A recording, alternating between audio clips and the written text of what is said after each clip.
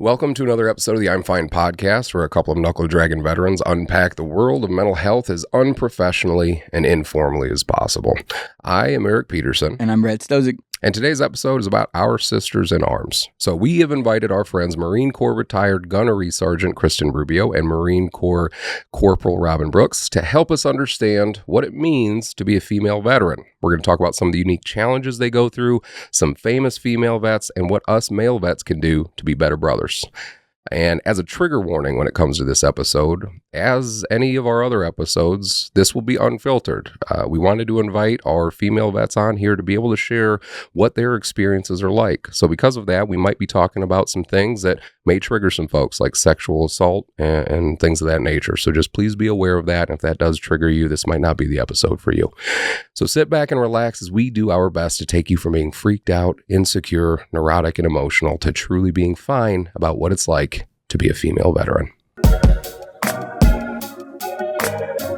Welcome to the I'm F.I.N.E podcast with your freaked out, insecure, neurotic, and emotional hosts, Eric Peterson and Brad Stozic.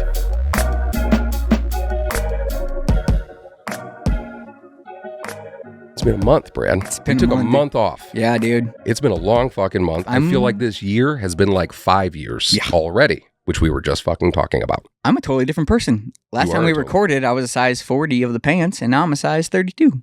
That's awesome. That's awesome. Thanks. Well, we took a bit of a break for a few reasons. Yep. We were going to initially take a break because of the holiday, and then there were vacations. And then in my house alone, COVID, stomach bug, influenza A, influenza B, and I think maybe pneumonia. There's also the norovirus that was going around. And then you guys were fucking sick. We had influenza A, unknown, influenza B, influenza A, and blindness, and then unknown.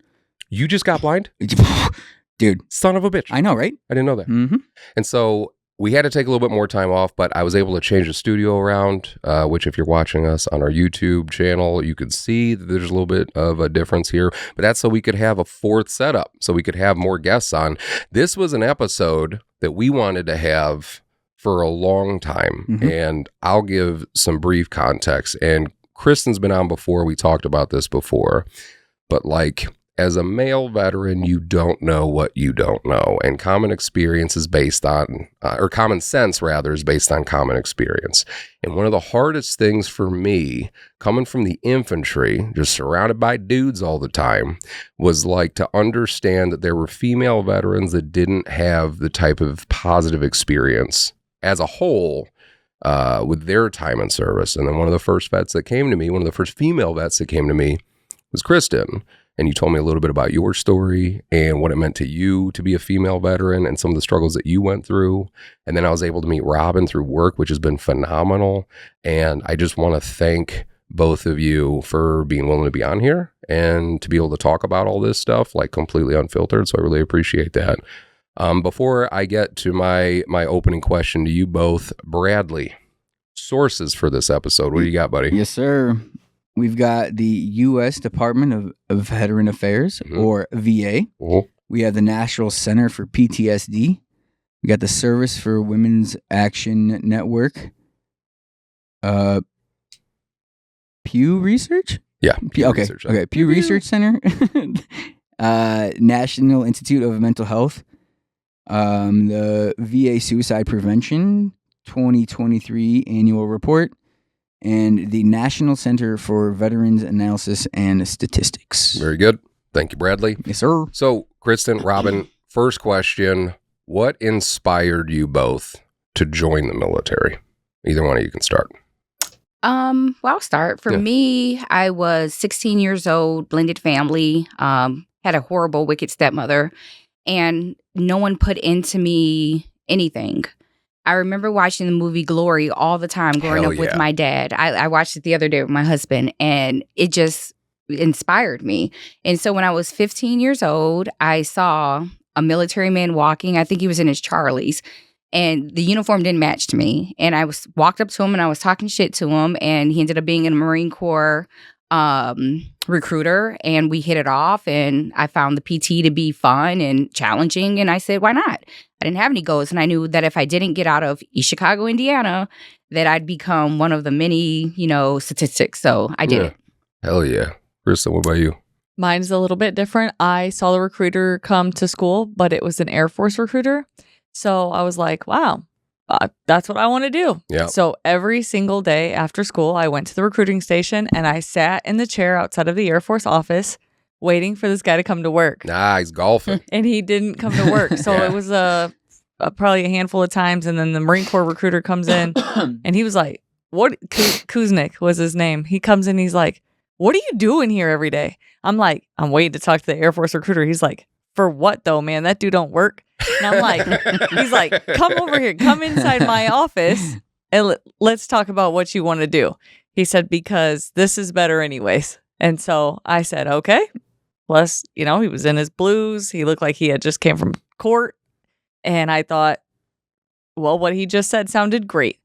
So I was 17. I was 16 when I initially was in that appointment. And then at 17, I dipped in, had to get my mom to sign. That was difficult. So he just invited himself over for dinner one day and just showed up in the middle of dinner and was like, what are we having for dinner, Mom? Like, sign these papers. Like, if it wasn't for the Air Force, I wonder how many, I think recruitment numbers for Army and Marines would really be hurting, because I told this story before, but like my wife's little sister wanted to join the Air Force. And so I was like, okay, if you go to talk to a recruiter, I'm going with you.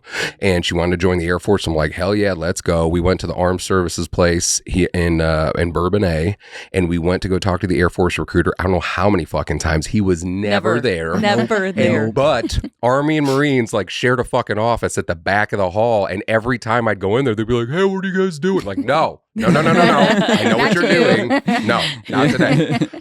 So that's very cool. Very cool. What do you got? I was going to say, first of all, I got two things. Isn't it awesome to finally freaking be outnumbered? Oh my You God. son of a bitch. Collective IQ still under 200. Doesn't matter. It does not matter. I'll fucking argue with everybody. I don't This give a shit. feels so much better than it usually does. It hurts, but it's fine. And the second thing, I don't know about you guys, but my story is pretty similar to Kristen's, except I wasn't trying to join the Air Force. And they got me with those plastic, colorful, like, what do you want to do with your life? Pick three. Pick three. Yeah. And they set them out and you're like, I want these three. Yeah. And that's when like colors were cool to me because I could see them, but I was like, oh boy, this is great. And he got me. Three. I'm confused with So like each thing was like travel, a sense of purpose, a sense of being a college team. being paid for. fucking recruiters. Yeah. They had these little things and he sits them out on the desk and he's like, if you could do three things, if you had to pick on this, like pick your three favorite. Yeah. And he's like, because that's what we're going to do for you. Yeah. Yeah. And then he also got me with, he's like, hey, do you play Call of Duty? I was Oh, like, that motherfucker. I was like, I do play Call of Duty. He's like, do you want to live Call of Duty? I was like, oh, yes. I want a realistic, and I've been saying this forever, a realistic military game where you have to go like check out from supply and stand in line Stand in for line like for fucking hours. 4 hours. And you're missing Make like sure the one real cereal thing. time. is the right way. Real time. Like it's not you just fast forward. It's like, no, motherfucker, you have to sit here for 4 hours. Welcome to the military. Yep. Yeah. I kind of got suckered. Like I did really well on my ASVAB, and then my recruiter was like, yeah, but like, you want to like blow stuff up? And I was like, fuck yeah. And then I joined the infantry and I was like, fuck. But anyway, okay. So I have some facts that I found about female veterans I thought were pretty impressive. I just wanted to make sure that I went over. So first, women make up 17% of the active duty military, 10% of the veteran population. More than 30% of female veterans report experiencing military sexual trauma, MST, during their time in service. 1 in 3 female veterans report feeling invisible or ignored in veteran spaces, and 40% of female vets say that they have difficulty finding a community after service. What has your guys' experience been after getting out, like now as a female veteran in the community? I think for me, it's a little bit double-sided. As a female veteran, I got out in 2003. I didn't connect with any kind of veteran organization. Nobody reached out to me and said, hey, vet, welcome home. Yeah. It was kind of like, thank you for your service in Iraq, and here's your walking papers. And so it's hard because until I got situated with Veil Valor, this year, there weren't any female organizations even trying to recruit, or trying to find the female veterans. And so it was through FACT that I found that organization. So it was slim pickings. And I never even really met too many other female veterans. So I thought I was just like, the unicorn. Yeah. Yeah, I really did. Yeah. What about you? That's why I created Veil Ballard. Yeah. So because the same thing, like there was nobody that was, it seemed like even in the military versus like out of the military, it's like, oh, you were in the military? Oh, I didn't know girls were in the military. Like it's not a thing. Right. Yeah. Like it's such a surprise. Are you the spouse? Like, oh yeah. Is your husband? Like, no, no, it's me. Like, hi. Yeah. I'm in the Marine. What was it like when you were in the military? Like your initial expectations versus what it actually was? If we both do that. All right. I'll hit this one first. So, initial expectations based on everything the recruiter said and then how like boot camp was, I thought I'm about to be a badass. Like I was already a badass. Now I'm about to be like a real cool badass. Yeah. And for the most part, I was. I went to boot camp, then 10 days of boot leave, and everyone was like, oh my goodness, like I had like the most awesomest muscle cuts. Like I went from 164, I think, to 121 at boot camp. So like I'm shredded, like I could do all this really cool stuff. So everything I thought, right, from boot camp, I just thought, and then MCT, then you go to the schoolhouse, and then it was like they're yelling at you at boot camp because we're at war, right? You're going to go to the fleet. You're going to Iraq. And 7 days into the fleet, like, guess what? I'm headed to Iraq. So everything initially I thought was going to be, it was, except for reality.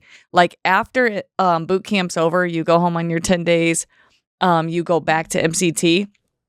Everything that could start bad in the Marine Corps starts right then with the shitty instructors that are MCT instructors that take advantage of women, like that have no idea. So like you get picked up from the airport by the sergeant, and in boot camp, they teach you like basically to be scared of the ranks, right? So like if you're a private, a PFC, a Lance Corporal, like you don't even talk to the sergeant because you have a corporal that you have to find. Right. Yeah. So like if the sergeant says it, the sergeant just says it, and like you do whatever. Follow the chain of command. Right. And it's like a fear that you have of speaking to people that are higher ranked than you. Right. So like here I am, PFC, like brand new, and the sergeant says, do this. I'm just doing that. So he picks me up. I'm getting in the car. I don't even know this stranger, right? But sergeant said so. Then like we're on the way to Camp Geiger, no, we're stopping at the trailer park and getting taken advantage of first in a trailer, and then we're going to check in. And that's like what started the reality of, I don't think it's supposed to be like this. So what do you mean you stopped at a trailer park, like on the way to wherever you were going? Okay, so in North Carolina, you get picked up. The airport took me to Raleigh. Yeah. So then they send the Marine, which is a sergeant, or that's who they sent, this sergeant. So the sergeant picked up some, like it was different Marines there to pick up different people for the companies you were going to go. So I got picked up, and on the drive, so I remember he had a white SUV, but we stopped at this trailer, and it was like literally nothing in the trailer except the bed. I swear it was like the house wasn't even, it's like they were doing this. And so like eventually, so I was already into the fleet a couple years, and then one of the other instructors got caught and got sent to the brig because he, like the operation finally got busted. What the But if it happened to me, I just assume it happened to a bunch of people. And so I think that there was like a setup, and like you don't know that then, but Right. well, I graduated boot camp November 5th. So then it's the holidays. So then, sometimes you get those extra days on recruiter's assistance. Well, now you're not with the group anymore. So, going forward, I would recommend to any junior Marine, don't take recruiter's assistance, because now you've just left the group and now you're the guy by yourself or girl by yourself. And you never want to be the girl by yourself when you don't know what's going on in the military. That's so fucked up, because it's like you join the military expecting, because like I have a hard time, and I know it's real, but I have a hard time believing that people would do that to like their sisters. Well, right, because that wasn't your experience, and you're just like, fucking what? Yeah, like, and that sucks. Like I hate, like this is really like pissing me off to like hear this. But that's what it's like when you get in the car with them, because like I'm thinking like, dude, we're brothers. We're about to serve together. Like, Yeah. never at any point do you think, hey, this dude's about to take advantage of me. And you also have that professional, again, the This is a chain of sergeant, command. right? Yeah. You're like, you are X amount of ranks above me. Whatever the fuck you say, I'm just assuming that I got to do whatever. Because when I went to boot camp, they literally and figuratively beat it into my fucking head to just do what everybody's doing and do whatever they tell you to do. So it's like they just got you ready to just do whatever your leadership told you to do. So at that point, if the person did outrank you in what she did, does that make you feel like you can't say no? Yes, 100%. Jesus Christ, And then even, dude. so like people probably, like I have done what I think is a good job teaching my daughters what sexual assault is now, Yeah. because I want them to know what it is. I don't recall my parents ever talking about it and saying like, hey, this is a thing that happens. So now like I'm very, especially like my daughter, she's 15. I'm like, hey, listen, 1 in 3 women get taken advantage of.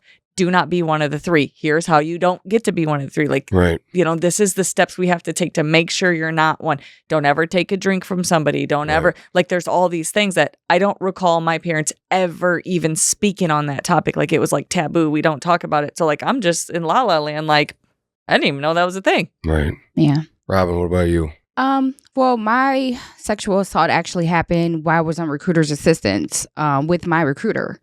So in a way, he was grooming me at 15 when I met him, and my father had to sign the paperwork at 16. I think I was in the delayed entry program a lot longer than most people are allowed now. 11 months for me too. Yeah, it was a long time. And so what people didn't take into account is here's this man who's in his early or late 20s dealing with this 15, 16-year-old girl, and her father and mother are not pouring into her. So we spent a lot of time together. So the sexual assault started while I was on delayed entry.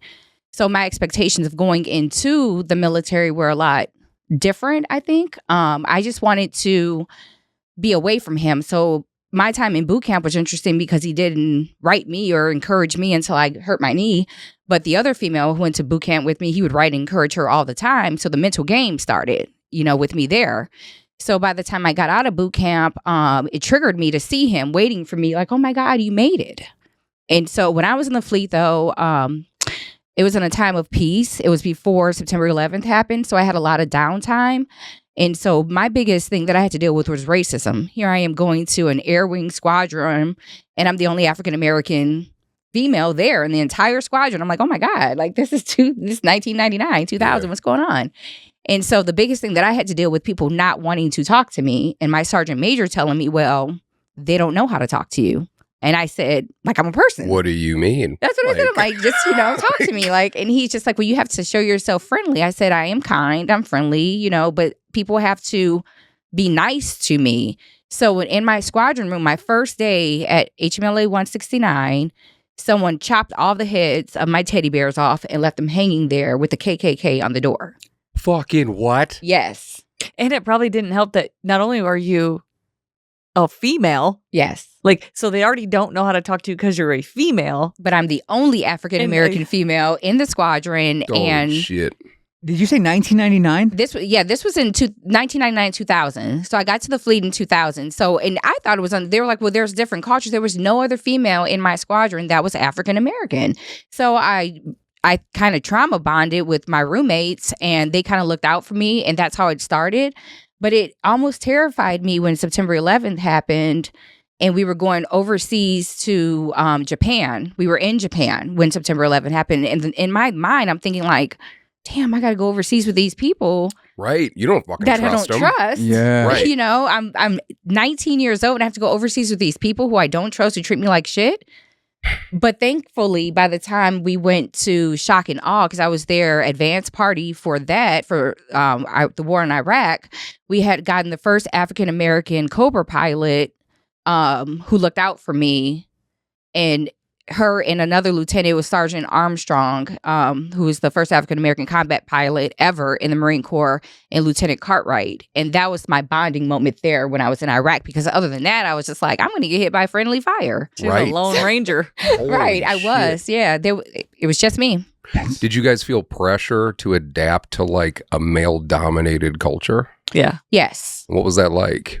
It's like you had to prove yourself. you have to be better than them. You have to do everything. You can't fall out. You can't be hurt. You can't be sick. You can't be anything. You have to just be Develop as that good mentality. as you can be, Yeah. because no matter what, like, they already don't accept you. But like, if you are a girl that's in the military and you aren't good at it, Yes. they ought to, like, there's nothing. You're just a piece of shit. And Yeah. Even Like- the weight requirements for us was just like weren't good enough. Like I had to be like 130 pounds, and I had a sergeant major come up to me with a scale to make sure that I wasn't lying. That was 130 pounds because he thought I looked too thick in my uniform.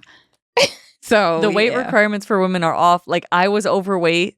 I don't know how. I've always maintained at least a 4-pack. Yeah. And in the military, I think I had, up until I had kids, I had a 6-pack. So, like, how do you have a 6-pack and be overweight? Like, I don't know. Yeah.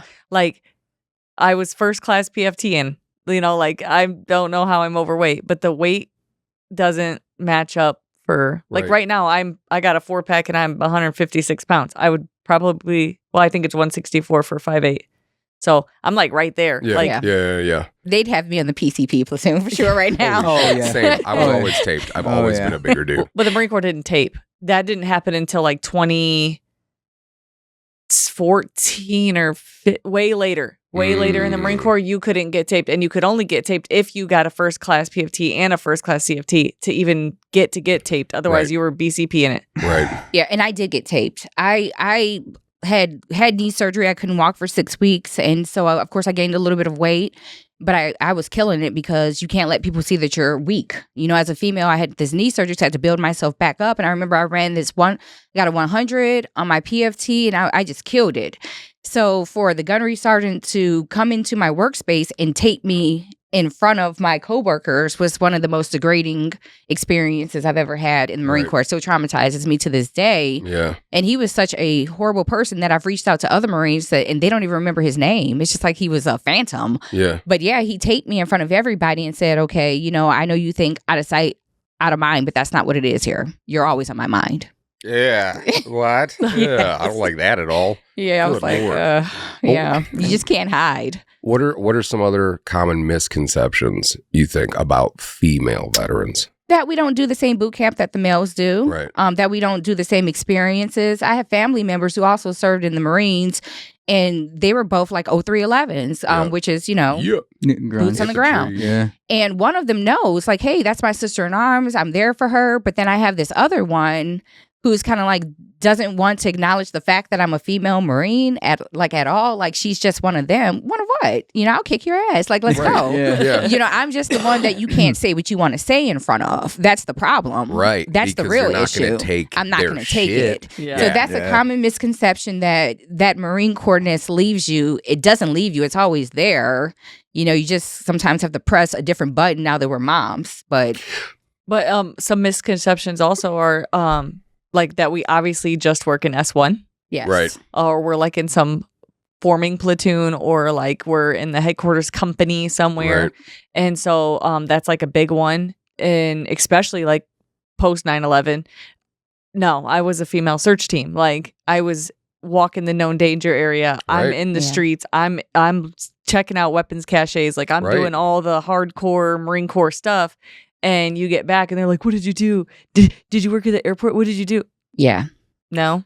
Well, and whenever I was over, we always needed female service members to check any of the females that we were sweeping at any of our traffic control points or whatever. Like, you needed so they're right there with you doing the same fucking thing you're doing. You know But what I'm it's saying? like me and you could go together and do the exact same thing Right. throughout the whole deployment. Mhm. And when you get back, they're like, man, you're a hero. And they're like, hey, what'd you do? Like, And- right? Yeah. Yeah. And also, like, thinking about that and thinking about everything that goes into what you guys both said about how you have to mentally prepare yourself. Like, you can't have sick days, you can't show weakness, you can't do any of that. And you develop almost like this bulletproof alpha mentality, but then you're not even allowed to feel what you want to feel. You're not able to show weakness, which is really just whatever it is you're feeling or dealing with. So it's like it just creates this fucking unwinnable situation. It is so I unwinnable. feel like. Even for martial arts. So, like, I get it. Like, I'm not asking for you to, like, give me a handout. Yeah. But, like,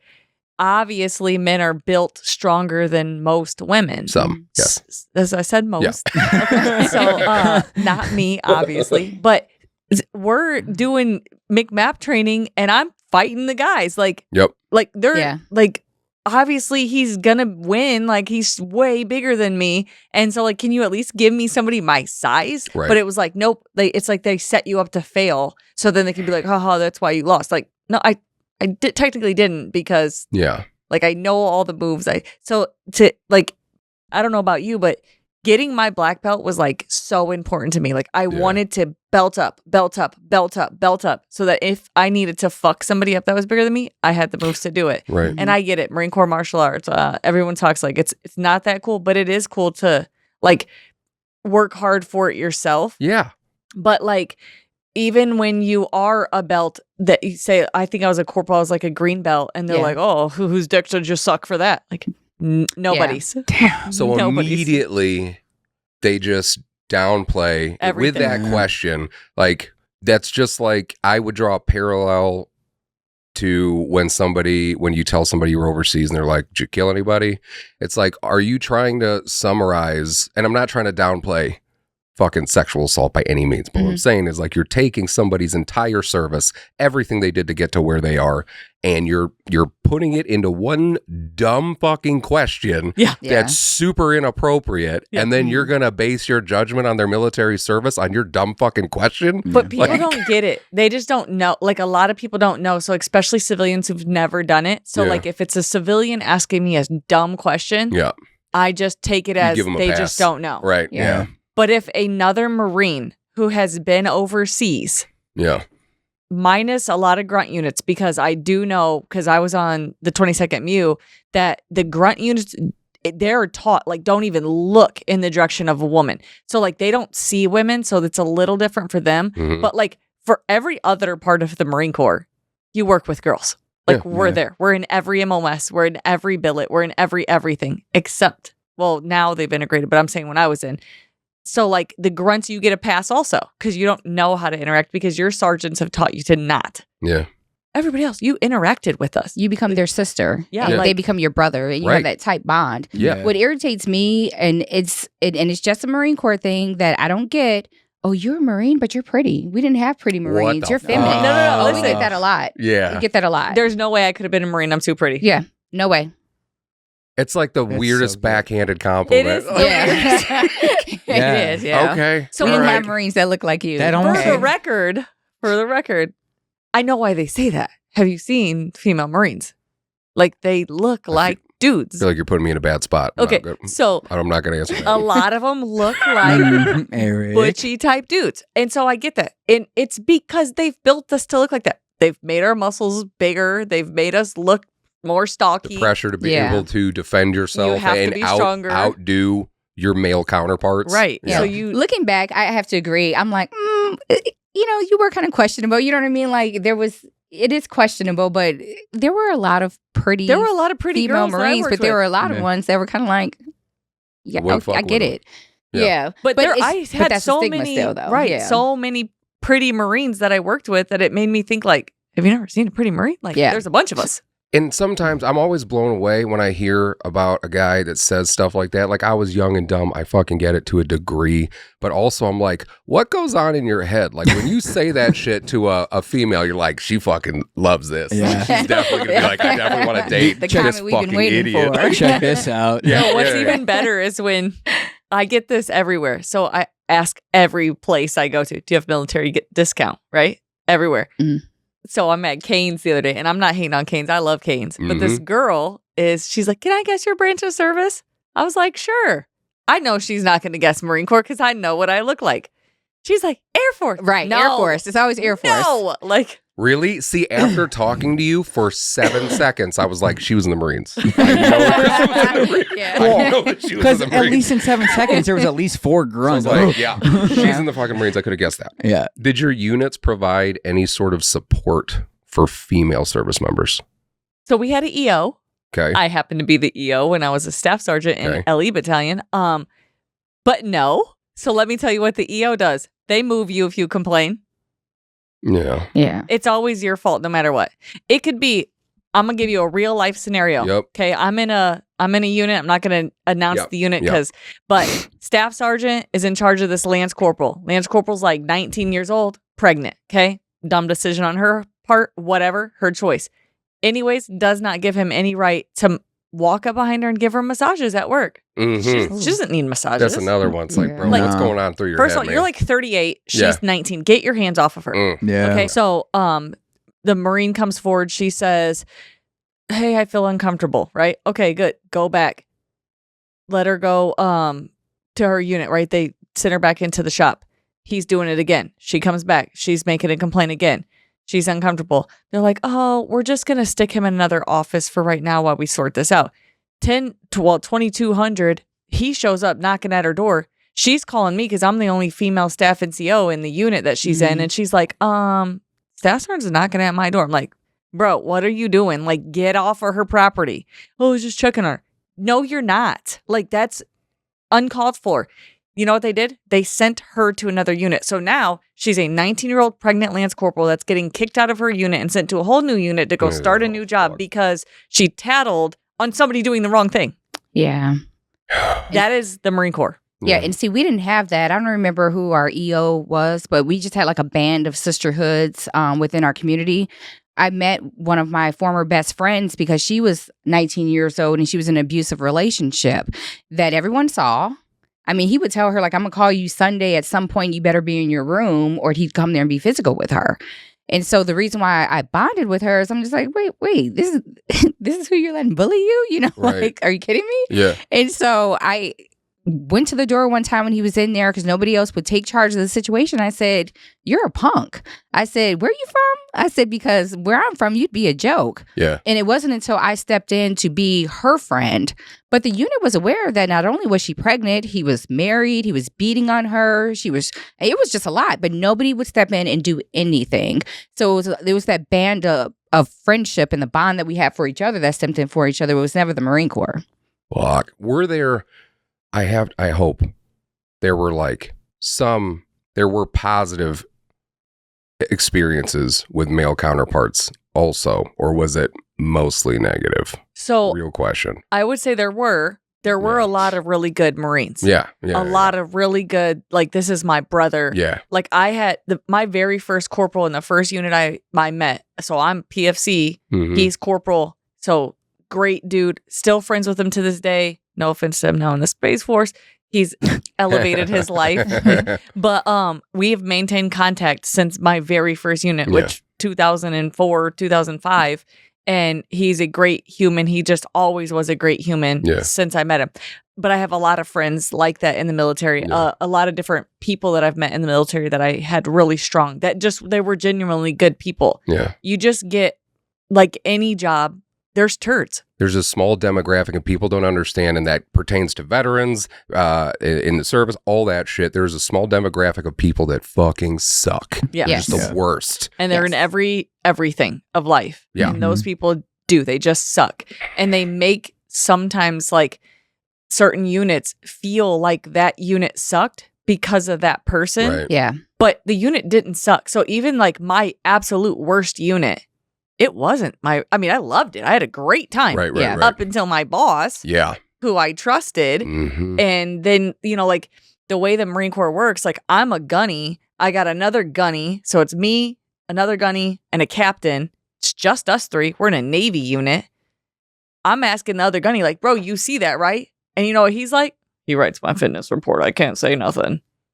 And he ain't lying. Right. He's not lying, though. Right. His career depends on what this guy says about him. And so if he goes and says something, you think his career's advancing? No. So he has to kind of sit quietly. So doing the right thing ruins his life in the career path he wants to be on. Yeah. So like you can't knock the guy, but at the same time, like, how do you do what's right and still do what you want to do in life by doing what's right? Yeah. Fortunately, sometimes those things do not go hand in hand. Right. But what about you, Robin? Did you have some positive Oh experiences? yeah, too? my peers were amazing. The male peers that I work with, I will say that once I did complain, they sent me on every training exercise that was available. I was a rioter. I was someone who they needed to detain. So like for a year, I was just like in the fields, in the trenches, I feel. But the brotherhood and sisterhood was very strong. We looked out for each other, and that's what made it, better amongst the peers, but not a senior leadership. We were just like, oh, okay.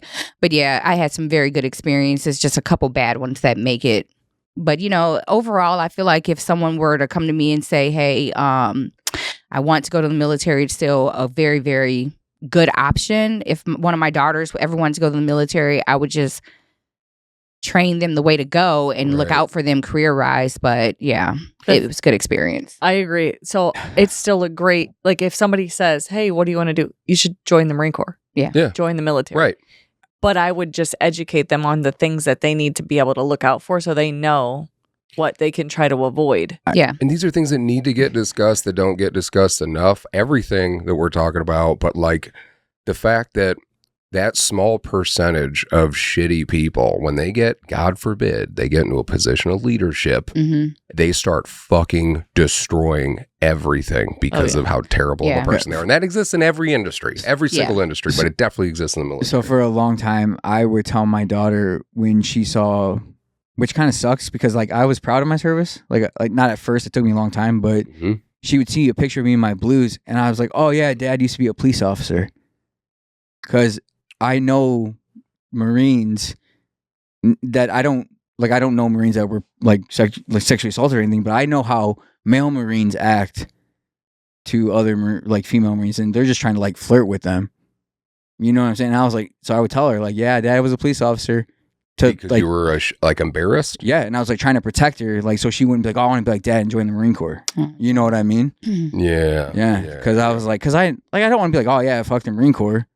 But like, dude, Marines are savages, dude. Come on. Well, yeah, like I was in the infantry. Yeah, Army savages. But again, just like Kristen said, like if there were females around, I feel like there was way more pressure on us to like make sure that we were fucking locked up and just being like professional and like just not fucking anything up. Like that's how I felt. Yeah, you know what I mean? Like, they didn't. I wasn't in a grunt unit though, so we were just all right. And I was in Okie, so it was like what did we do? We drank and we went to work. Yeah, that was it. Yeah. So and because they didn't let us off base a lot of the time because they were like, oh no, you're gonna get in trouble on town. So the only thing to do on base was the one small bar or club or whatever. Yeah. I don't know. Yeah, or going down the Naha when you're in Okinawa. We went to the Naha bar, but for me, we would get off work, and I'm one of the ones who would not drink until I turned 21 because I was just terrified. I saw people get like in trouble. Yeah. But the moment I turned 21, they were the first ones to teach me, beer before liquor makes you feel sicker. Liquor before beer, have no fear. And I've never forgotten that to this day. So, yeah. A lot of drinking skills that you learn in the fucking military. Yes. Do you guys feel like you had different mental health challenges compared to your male counterparts? Yeah, I do. I definitely do. I can't compare it to any other era, feeling like they're not a part of a group or anything. But for being a female Marine, I think the biggest thing is depending on what era the veteran served or someone served, they don't acknowledge you as a veteran at all, or think that you're downplayed or you're did the bare minimum. So there are different mental health aspects. I'm not saying that men don't get sexually assaulted in the military, right? But it's just not talked about as much. Yeah. And one of the biggest thing is wrapping up sexual assault as PTSD. And really, it's not. It's not. Yeah. And I hate that they put it underneath one blanket because it's really not the same thing. Yeah. There's another thing I was going to say off of what she said. I lost my track right before. About how they downplay what you said or don't even view you as a military service person. Like they don't even view you as. So like one of the things I experience a lot of is they act like I'm just there because my husband is in the military. Like, or because like, what's the sponsor social? Who's the sponsor? Me. I'm the sponsor. Yeah. Or like even right now, like I have disabled plates and this lady followed me into the YMCA. Ma'am, excuse me, ma'am, you can only park in that spot if the veteran is in the car. Fuck that lady. Yeah. Fuck that lady. Yeah. Like, yeah, that's me. I earned that. Thank you. That's mine. I earned that spot. Thanks. Dude, we went to a restaurant where like the meal is provided to veterans, and Kristen was wearing a Marine sweater, and the waitress brought one menu To Brad. to me with that has like the free options, and Kristen's like, I'm a Marine too. No, remember I said, can I get a menu? She's like, are you a veteran? Yeah, Right. Yeah. I was like, Yeah. bro, she's more of a Marine than I am. Like I am. Who was it? Dave snapped. He was like, yeah, and Mel was there, and she is too. Get them both one. Dave McCleary. Oh, yeah. He's like, get them both one. They're both veterans. Yeah. We've I never was had like, that issue Dave. again at that restaurant. I've never seen Dave snap on anybody. Oh, Yeah, dude. neither. I was like, He was so. Everybody at that table that day saw what we go through, Yeah. Yeah. and it was Kyle, Brad, Dave, Corey. Mike Pinkle was there, I think. Scott was there. yeah. It was a big table of us, and they handed everybody menus except me and Mel. No, this was a different time. It was just you and I. Oh, And okay. you Well, had that's your- the second time then, Yeah. because when I went, it was the whole group of us Yeah. at the Veterans Breakfast. I remember that time Yeah. too. I was there as well. Yep. Yeah. That's when Dave snapped. No, but the time I'm saying was just you and I, and you had your green PT like boot camp Oh, yeah. sweater on, and like literally wearing Marine Corps apparel, and she only hands me a menu. I was What I was else sitting can with you my do? husband, I guess. I was Jesus. like, bro, come on. Yeah. And I agree with what Eric said. There's no way you can't interact with me and not know that I wasn't in the Marine Corps. Yeah. I mean, If you knew I was in the military, you have to know. Like, there is nothing not alpha about me as a person. agreed. Yeah. Like, and I'm not saying that the other branches don't have alpha females. Sure. They don't have Kristen Rubios. Like, Yeah. That Very doesn't true. remind me of that Taylor Swift Very song. true. You're the only one of you. I'm the Jesus, only one. Brad. Sorry. All right. In line with what you guys were saying, have you guys ever faced, can you guys think of other times where you faced skepticism when discussing your military service? When you've ever talked about it and people did not believe Well, you, real quick. questioned you, in addition to what you've already said? what is the definition of a skepticism? Just In some, true sorry, Marines, fashion. Marines. Sun hot. What's the big word mean? Yellow star hot.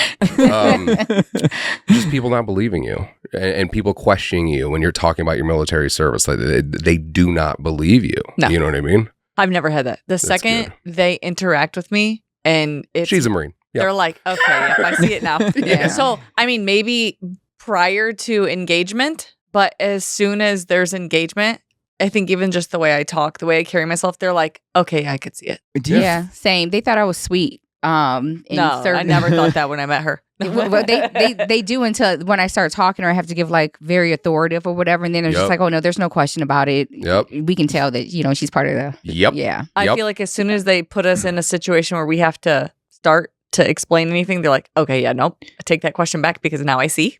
And Yeah. for when you understand what branch somebody was in, like I feel like you get them a lot more to the same effect where if I meet somebody and they're like super hyped up all the time and then I find out they have a coke problem, I'm like, oh, I got it. So like when I found out you were a Marine and you were a Marine, I was like, yep, I get it. I totally understand. Yeah, It's I like can getting totally cut off. To me, it's like getting cut off in traffic. Like if you're a civilian, you cut me off, I'm ready to like road rage. But the Yeah. moment I see like It's Marine Corps stick, oh okay, he's Okay, got somewhere he's got to Yeah, be. yeah, It's yeah, okay, yeah. go brother. No, I don't want to interrupt you, Brad. Were you saying something? No, I was gonna say, do you guys feel like you have to, like that, like you have to have that all the time? What? Like what we were just talking about, how like the alpha. the high alpha, high energy. You feel like you have to be like that in order to feel like you can fit in because that's what you dealt with in the military. Like this is more of like a serious question. I know we were just like joking around. That's a I good don't think question. so, especially not amongst like my peers or friends or anything like that. I Yeah. don't have to be alpha. Like I can go out with a group of female Marines and I think the energy level is just there, but I don't feel like I have to be alpha. Yeah. No. And I feel like, so it's not like something we're like pretending to be like, Yeah. they kind of built us to, this is just. No, how I'm not we saying are. like you're pretending. No, to no, be. I know, but like what I'm saying is like you just kind of are this, and so Yeah. like Okay. it's not that like I don't want to be like even in a relationship like I would love to be the Bravo, but I need to have an alpha enough person to put me in because Yeah. well, You're you're not going to settle trained for less. right. Well, you're trained so much to be the leader, Yeah. especially me. Yeah. Like I was gunnery sergeant, like I was all the way. Yeah. I'm on the road to the top, right? Yeah. It's very hard for me to. I can't just drop the pack and there's nobody there to pick the pack up. Right. So Yeah. I have to stay there. You know what I mean? Like Mm. I plus think you're, that's like, that's a trained. common problem amongst a lot of female Marines who either are not married, have never been married, or having a hard time staying married, it's because that alpha is there. Yeah. You know what I mean? Like, I got to see where you driving me before I decide, I'm going to let you take the wheel, you know? Right. Yeah. And so that's just who we are, though. Fortunately, my husband is very alpha when it comes to certain areas of my life. But when it comes to like the kids, I'm like, I'm very, very dominant when it comes to other areas. So we have that balance. Yeah. But I can see where it's hard for relationships. You got to be with the right person to have that good mix. Are you ever able to turn that off? Like, do you want, like, if you wanted to, like, are you able to ever just? I would say yes, but that would be a lie. Like, it's just who I am as a person. And I've told, you deal with it or you don't. Like, I've never been fake. I'm the same way I am when I'm at work, friends, peers, and at church. Sure. Like, I remember when I met my pastor, instead of saying, he wanted me to pray, jokingly, I said, defender of the human race. That's how I started the prayer. Yep. But that's my personality, so it's not going to change. Side note, I love your husband. Your husband is amazing. He's volunteered at some of our events, helps us with Days with Dads. Awesome, Does he? dude. Yep. Yeah. Yep. He's been Maybe there you should too. feel his face. Maybe which one? Yeah, you didn't see him? Yeah, Mike. I always say, if you have a problem with Mike, the problem is probably you. I don't have. Super easygoing. Have I met Mike? I had to have met Mike. Yes. Yeah. He was at, I don't know, he wasn't at the first Days with Dads, but he was at the second. He was one. at the Christmas party also. It was- Also at the Christmas party. My son And a was lot the of one other chopping things. people up with a chainsaw. He stood in front of you, he was waving at you. Santa's not real because he had on Crocs. I love Sino. Bro, was I even at this Christmas party? yeah, and you were in You your were probably crayon shirt there. that you told us all to wear. I didn't tell you to wear anything. No, you did. You said we should all get matching crayon shirts and we should wear them to the Christmas party as our pajamas. And you said, Kristen, can you order me the plaid pants to match mine? And I did. Whoa. Wish you guys wouldn't fight so much. That is the This is why we falsest thing. can't take And family can we vacations please anymore. proceed with the episode? What mental health resources have been the most and least helpful to you both? So I want to talk about while I was in the Marine Corps and I asked for mental health services. So I want to back you up to Yeah. it would have been 2011 or 12. I don't remember, in Afghanistan. And so I had kind of a crummy job in Afghanistan. I worked at Kandahar at the ALE. So like I'm in the spot where I'm sending home caskets draped in American flags. Ugh. Yeah. Worst job. Yeah. And it's daily flights. And so like Iraq, okay, you see a lot of not alive people. Not the same because they're not our people, right? Yeah. Okay, fast forward. Then my sister had got sick. I went on to 4th I&I in Joliet to do a stem cell transplant. So now, like, I'm in this unit where they're like, you knock on the door, you bring the flag, you do all that I&I type stuff. So 6 months there, I literally get back to Fleet Marine Corps and boom, I'm going to Afghanistan. Then my job in Afghanistan is hero ceremonies on a daily basis. After about 7 months of that, like, I just kind of broke because there were days we had 13 hero ceremonies. So if you don't know what a hero ceremony is, you are lucky. Yeah. So at some point I was like, bro, I can't do this no more. Like, I need to talk to somebody. This is sad because I know like the next step is like they're the people knocking on the doors and people are falling in people's arms. It was like, are we really sending 13 a day? Like, it was just big numbers, right? So I went to try to talk to somebody in country and got shut down. Like, nope.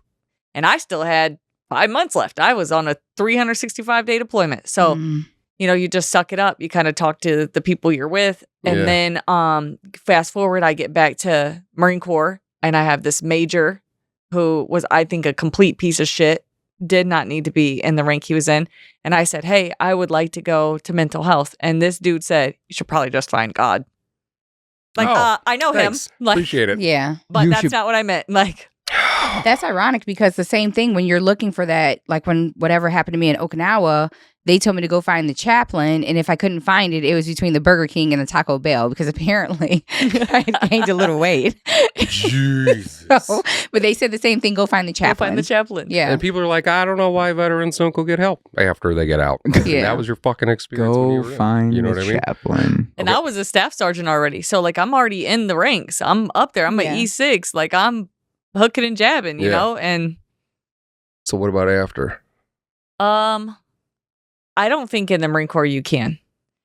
And so I don't know what it's like now. I do know that there's stuff that's changed since I've gotten out. I got out in 2018, but I know that the whole time I was in, like, going to mental health was not it.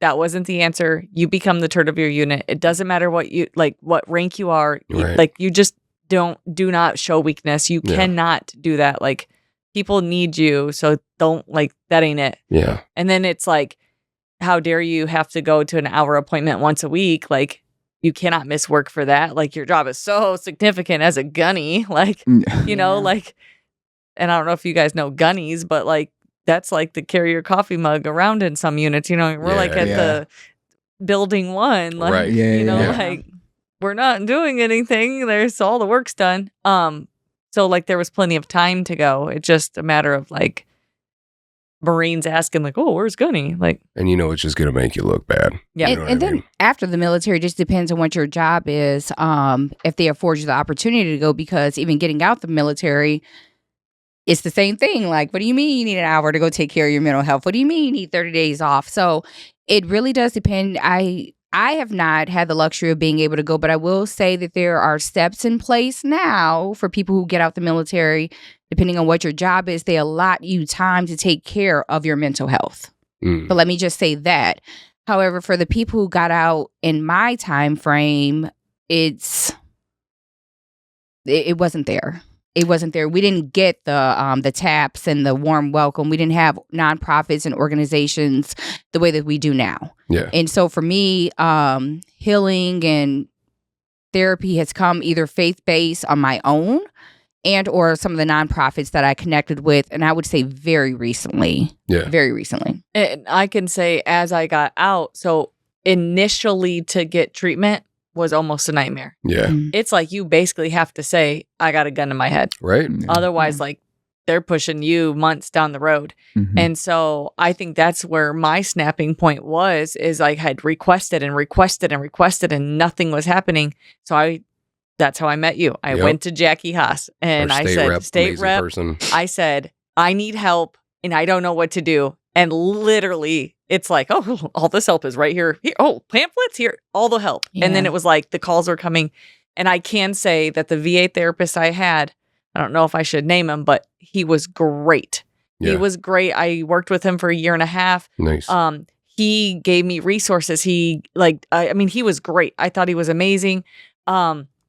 I would say like it was great. The things that do suck even now, so like I do take medication.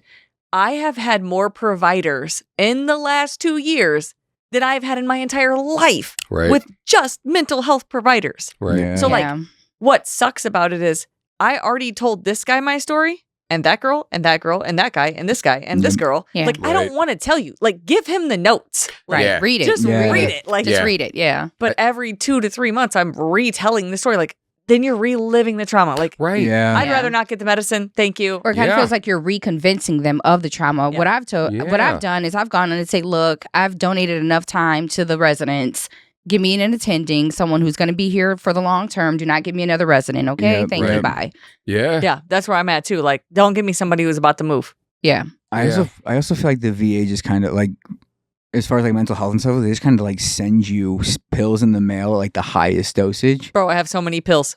right? Like, so I was going through some shit too recently, and I was on medication and stuff, and I stopped taking it, and I was realizing, dude, that I wasn't able to process stuff because I would take this antidepressant and just be like, everything's great. The happy pill. Fucking wasn't, dude. Yeah. I stopped this, and it was just like slap in the face with emotions at like the worst possible time because I was like going through some shit like with my wife and stuff, and it was just like, Jesus Christ, dude. But that made me realize that like they're just shoving pills down our throats to heavily medicate us, so it's like we just forget about our problems and say everything's great. And then try to convince the doctor that you don't want the pills anymore. Yeah. Oh no, you're getting another 90-day supply whether you want it or not. Yeah. And then you just hold on to them, I guess. I have a collection of pills that I've just stopped taking because they just keep sending them.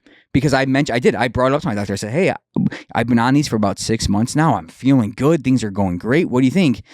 We're gonna give you 90 more. Yeah, they Yeah. go, well, you can't just stop. It's not good for your health. We gotta wean you off of them and Yeah. and go from there. And then the next appointment, she didn't even bring it up. But part of the problem in regard to what you're saying, in my opinion, and this is probably a brief snapshot of a much larger, longer conversation. This is coming from my experience on the crisis side and everything else that I do with the veteran community.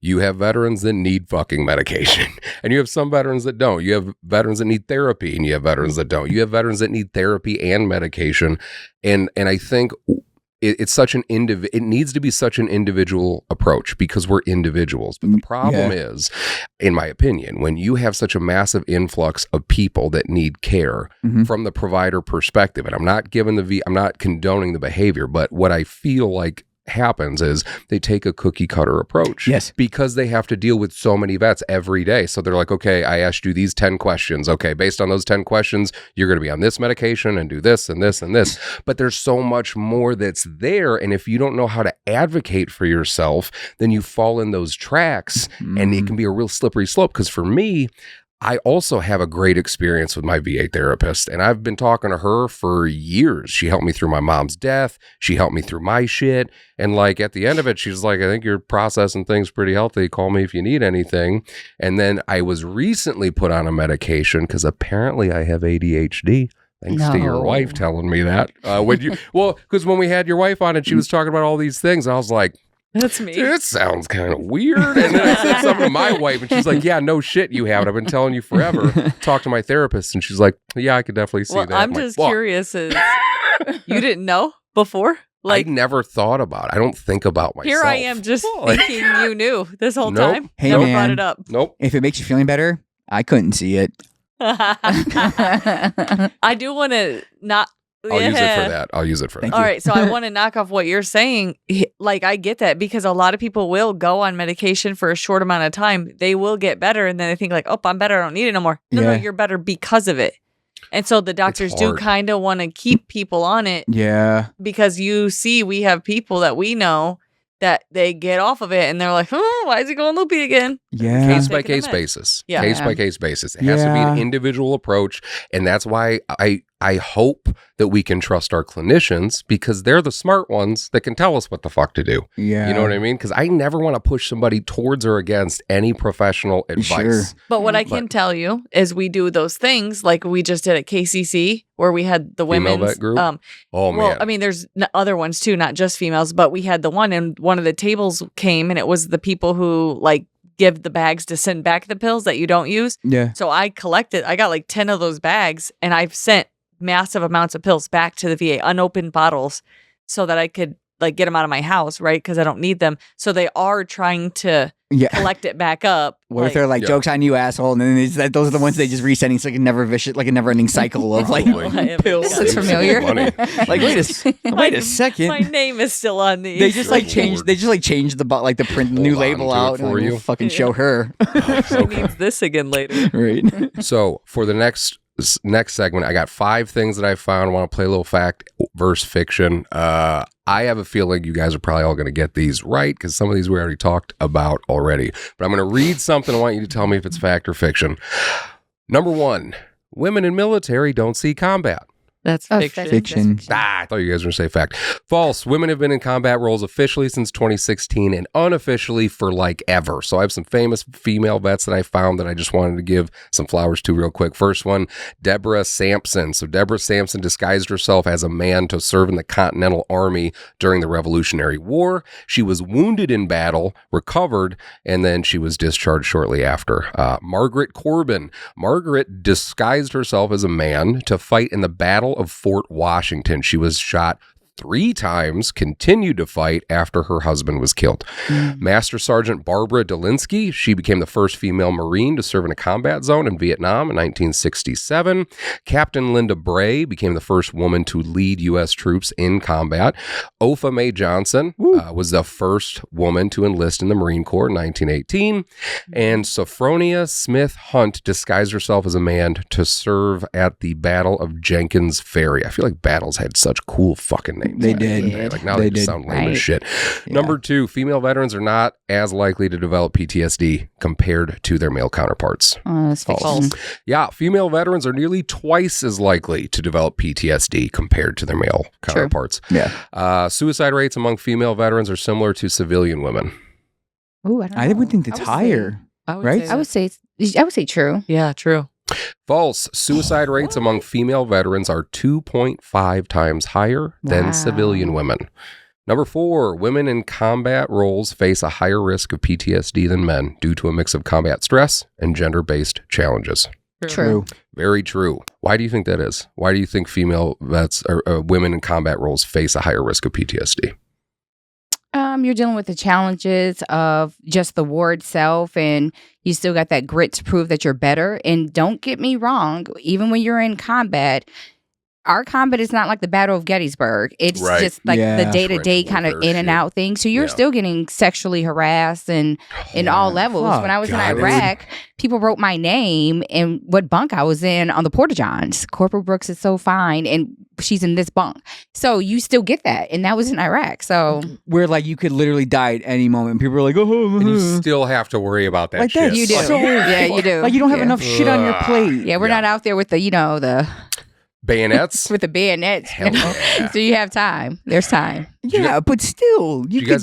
Did you guys have to fix bayonets Yeah, in no. boot camp? No. We fought with Oh, the bayonet yeah. just to learn how to Oh, do the to combat learn. training. Yeah, But yeah, that was it. Yeah. Well, Did and we again, fix them? No. No. well, like, and I didn't know if this was specific to infantry or if it was just all military training, but like, and people ask me part of, and the civilian population does not like this conversation amongst what we're already talking about too.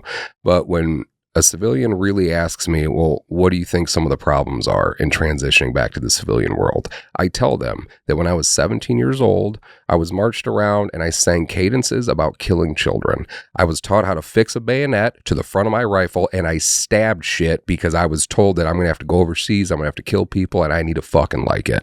So you teach me how to be super angry at these really formative years of my fucking life. I go overseas, and what happens, and then I come home and you're like, I don't know why he's got anger problems. Like, you fucking made me this way. Yeah. And the hard part about Yeah. it is to prepare somebody for war. I'm not telling you to not train me like that either. So, I mean, it's just a shitty situation. Maybe just don't go to war then. Like, you know what I mean? Problem So, solved. yeah. You don't get desensitized when you get out the military for sure. So Right. for a lot of people getting Yeah. out, you're going straight from theater home, Right. where you're used to seeing the blue Porta-John water and having more sand to eat than actual food. Fuck. And then you go back into the United States where people are just, eating it up or living it up Yeah. or whatever. You don't know how to relate to them. No. They're Yeah. like And do you remember nasty they do little like civilians to like you. 1 week? You get 1 week of training where you sit and then some guy speaks to you on a PowerPoint and you just sit there all day for a week after you return from a year of war. of war. You're like, The this is demo. exactly what I you wanted are to a do. person. Yeah. You are a woman. You can cook. The water's Ugh. not going to be blue. I mean, Yeah. seriously, that's what it's like with taps, and there's no resources there. I can cook too, and I'm a man. I'm just saying, though, but You they can have cook. to You're remind very good at all cooking. people, like, this is what Right. you can do. Oh, yeah, or yeah. they take care of you for so long that they don't give you, like, the core life value classes for a 17, Yeah. 18, 19, 20, 21-year-old getting out. Right. All I knew was high school. Mm-hmm. Mommy and daddy are taking care of me. Then the Marine Corps is taking care of me. Then what? Then Yeah. like, hey, thanks for your service. See ya. And then you buy Yeah. a Dodge Charger with like a 20% interest rate. Yeah. Like every I other didn't- fucking E4. I didn't do that because I had a wife. She was smart. Last question. Female veterans self-identify as veterans just as much as their male counterparts.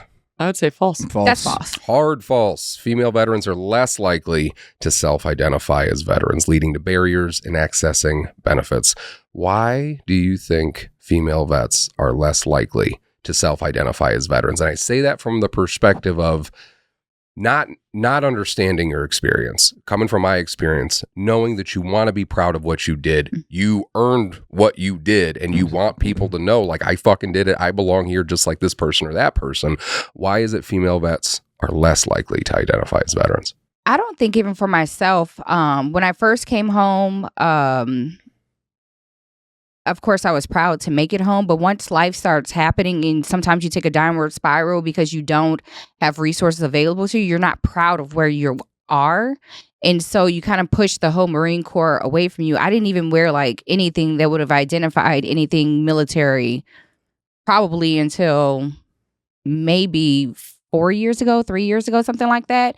But you're just not, I don't know, there's just like such a disconnect. And then the way society treats you too, and the things that you've been through, it's kind of like identifying myself as a female veteran would have to make me bring to light the things that I went to as a female veteran. And I wasn't ready to cope with those feelings and those emotions and bring all of that back up. It works hand in hand for me. That's my experience why I didn't. That makes sense. That's what I would say too, is like some people probably had such bad trauma that they just don't even want to think about it, or like you don't know what question's coming next, and like then you have to go back to whatever, and so maybe they're just like fire and forget, like I'll just pretend like that didn't exist in my life. And well, shortly after you shared your experiences with me when we first met, a friend of ours, Vietnam vet, Dr. Leonard Porter, you know Dr. Porter, right? Robin, you remember him? Awesome dude. He wanted to do an event over at KCC, and there was a breakout panel about female vets. And I was like, cool. And so I went because I wanted to like learn shit because I didn't know any of this stuff happened. And so I wanted to know more and see what I could do to like improve what I'm doing and all that stuff. So, and I might have told this story once before, but there was like 14-ish people in this room, and it was myself and one other male, and then the rest were female vets, right? And the whole breakout session, it was supposed to be about like what it's like to be a female vet. And I'm just being super quiet. I'm just like listening and just trying to learn. And all the female vets went around and shared like, you know, it was very happy-go-lucky, positive, outgoing, like, you know, lighthearted.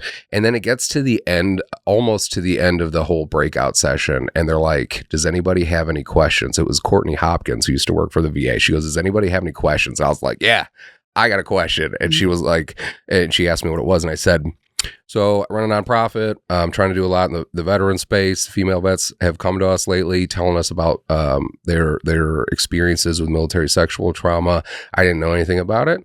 And I just wanted to get an idea of like how common it is. And is this something that you guys have dealt with?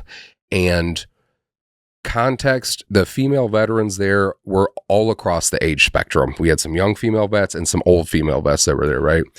All of a sudden, the dynamic changed, and it was just like, it was like something went over their face where they were like, oh, we can like be normal or some shit. Yeah. And they took turns, and fucking every one of them had a story to like share. And then at the very end of it, Courtney came up to me and she was like, hey, thank you for asking that question. And I'm like, yeah, no problem. Why the fuck did they feel like they couldn't say that in the first place? Like, why couldn't we just have started with that? Like, talk about that. You know what I mean? So it's like, it seemed to me in that moment that female veterans, even surrounded by a lot of female veterans, I don't know if it was because there was males there. I didn't know if it was because just of their experience with the trauma or not wanting to talk about it. But even still, they didn't feel like they could talk about it. Yeah. You know what I mean? I get that a lot. I went to a tea party and they asked for me to speak, and the people who spoke before me were very like, oh yeah, and you can do this, and you can, you know, see the world. And when they asked for my experience, I'm very real, raw, and uncut. Yep. And you would have thought like I had said, you know, Jesus himself wasn't coming back. Right. There are some spaces that you just get where people are not comfortable talking about their experience. And I don't know what it is, but until you make them feel safe and welcome, and if you can break through to them, they're more willing to talk about it because you've created that safe space. Like, hey, I care and I want to know. Right. And it doesn't mean that you have, in my opinion, on my end, you don't have to have the answers. Yeah. You just have to let them say whatever they want to say, and know that it's going to make you feel uncomfortable, because we've talked about this before. Like, from the male veteran side of things, whenever I hear stories like about any sort of sexual assault or anything, I almost feel like I'm to blame. Like, I almost feel like I was the one that committed that, knowing that I've never done anything like that. Because it's just like, fuck, that was your experience and we were part of the same team. Like, now I feel like I got to take responsibility for that. I feel like I'm on the defense because I'm like, oh my God, I'm so sorry that was your experience. Yep. And then I think because of that, a lot of people don't want to talk about it. A lot of male veterans don't want to talk about it. Mm-hmm. But like, the fact of the matter is, if that was your experience, we have to talk about it. We have to at least talk about it, or give you a space where you can fucking talk about it, and we just listen and don't judge you and don't say shit and just like let you go. Because like, what else can we do from a supportive perspective? You know what I'm saying? And let's be honest, that's not every female veteran's experience. Sure. And for those who that's not their experience, and thank God you weren't, you know, sexually assaulted, you're still a veteran, and we honor you and we thank you for your service as well. But that's not a lot of the people's case, you know, but, you know, and I think that can be, some people just don't have that experience. Yeah. I would probably bet money that I would say 9 out of 10 female have been at least sexually harassed Yes. in every unit they've been to in every military branch. Well, when you Maybe think not about, sexually assaulted, but right. 100% Well, harassed. some of the yeah. comments that you guys have mentioned that like the male counterparts would say to you, you know what I mean? Like, doesn't matter over time, that stuff just chips the fuck away at you. No matter what's said, but if it's said in such a negative way that makes you feel like you don't fucking belong there, or you don't deserve what you have, or you're less than anybody else, like how is that not supposed to affect you as a fucking human being? But You know there's what I mean? situations like there are girls in the military that make other people think that's how girls in the military are. Yes. Like you have certain girls who go to the military just because they are that type of girl that wants the male attention, and then she Sure. goes to the military to get the male attention. Sure. So then males are like, oh, that's all. These are my interactions with these girls. So this is how every You girl just is. assume everyone's like that. Oh, yeah. Yeah. Yeah. So, but you have those girls like I want to say in every unit I had Oh, one. sure. I feel like yeah. I feel like it's a common thing though for like everything though. Like people make assumptions about anything, right? Right. So one or two female Marines act like that. They assume every female Marine acts like that. Right. They Yeah. see one or two visually impaired people that also have cognitive disabilities. Every visually impaired person now has cognitive disabilities. Right. Every blind person must be able to hear good. Exactly. Like- right. Yeah. So it's I feel like I'm not trying to minimize anything that you're saying, but I feel like that's across the board because I could relate to that. Yeah. I was gonna add to it. So when I got out in 2018, that's about the time I think the Marine Corps was switching from having like military EOs to having civilians now take place in that job, which I think the Marine Corps needed its whole entire time of existence. Oh, for sure. So I want to say it was about 2017, maybe 2018 is when they started looking into getting a civilian. And then I want to say 2020, it was Fort Hood, the I Am Vanessa. Yes. Oh my God. Okay. Yeah. So Wow. I Yeah. don't think that it was talked about until that movement Can you came explain across. that a little bit Yeah. more? Okay, so there was a girl, she was in the army, and there's a documentary about it. She got murdered. She got sexually assaulted. She like reported it, and so then they murdered her. And so she went missing. I think they searched for her, and I think eventually they found her body. But they did this whole documentary about it on Netflix, and women all across every branch started doing this hashtag I Am Vanessa, and they posted her picture next to their picture and told their story. And I want to say there were hundreds of thousands of military service women hashtagging I Am Vanessa and matching that story, because I think that brought it to light. Yeah. It opened it up. But there was other stories that just weren't so brought to light. Like in a unit I was in, there was a guy, his name was, I can't remember his first or last name, Caesar. So he was messing around with some junior Marine. So he had a wife. I don't remember the whole dynamics, but he ended up getting the girl pregnant. She was about 9 months pregnant. So he lured her over to his house. As soon as she walked in the door, hit her in the head, cracked her in the head, and then lit her on fire in the burn pit in his backyard. Oh my God. Terrible story. He fled to Mexico. The Marine Corps had to like expedite him from Mexico back under the rule that they weren't gonna do the death penalty for him. His name was like Caesar something. But so that was years before the Vanessa situation. And even then, like, so you're a male Marine, you're cheating on your wife, you got some other girl pregnant, Yeah. and so you killed her. Like, Oh, Yeah. why? But that happens. I think it just happened again recently, like last week. I think there's a story right now about a Marine who just killed the mistress. Get out of here. Oh yeah. So it's like floating the news right now. They're Yeah. trying to find the missing girl, or they just found her, or whatever the story is. But I think it happens, Yeah. and people tell. And so, you know why girls don't tell? But he wants to die. Right. Yeah. Right. Good Lord. That's so fucked up, dude. Yeah. Like, But again, and it's all the more reason why like us having these conversations are so important, Yep. especially on the male veteran side of things, because I take it as like a huge honor Absolutely. that like some female vets feel comfortable to like come into our space and like share shit with us. And I remember there was one female vet in particular. I think I've told this story too, but like she came to one of our peer support groups and she told us that she didn't want to come and she didn't want to share anything. And I'm like, that's fine. You just hang out. You know what I mean? It's all good. And it got to her and she started to talk a little bit and she alluded a little bit to some of the things that had happened to her in service. And I was just like, we, as the male veterans there, and everybody else nodded and agreed with me. I'm like, we have to be, if that was your experience in the service and that's what you took away from it, that negative experience, then it's on us as male veterans to be the brothers that you should have had when you were in. And she fucking lost it. You know what I mean? When I said that, because it's like, I don't know, maybe nobody's fucking said that to her before, but it's just, it kills me that that was her experience. I feel guilty for assuming that I knew there'd be bad apples, but I just assumed that everyone had the mindset of like brother and sisterhood. Like doing the right thing. Yeah, because that's what they beat into me. Like Marines do the right thing all the time. Right. So the right thing in my mind is look out for your brothers and sisters, especially your sisters. You don't sexually assault your sister. You don't Not do be a that. creepy douchebag. No. Yeah. So like I mean, and I feel bad because like I feel like I get put into a box and like I have to explain that like Eric was saying earlier, like yeah, I'm not like that, and I can feel like oh yeah, but you're right. You know what I mean? Yeah. Make you feel like you're on the defense. Yeah. Know about any of that stuff. Yeah. Yes. And like it just sucks because like obviously I can't change what happened, but like that really just blows at you But guys. that's why we do what we do now. Yeah. You know what I'm saying? I know. But yeah. But do you know how we did that skit the other day? Yeah. And so like we had to pretend to be like douchebags. Do you know how hard it is to pretend to be a douchebag when you're not a douchebag? Very. Like like I don't even know how to pretend. Like so I tried to like write lines and like I practiced the lines.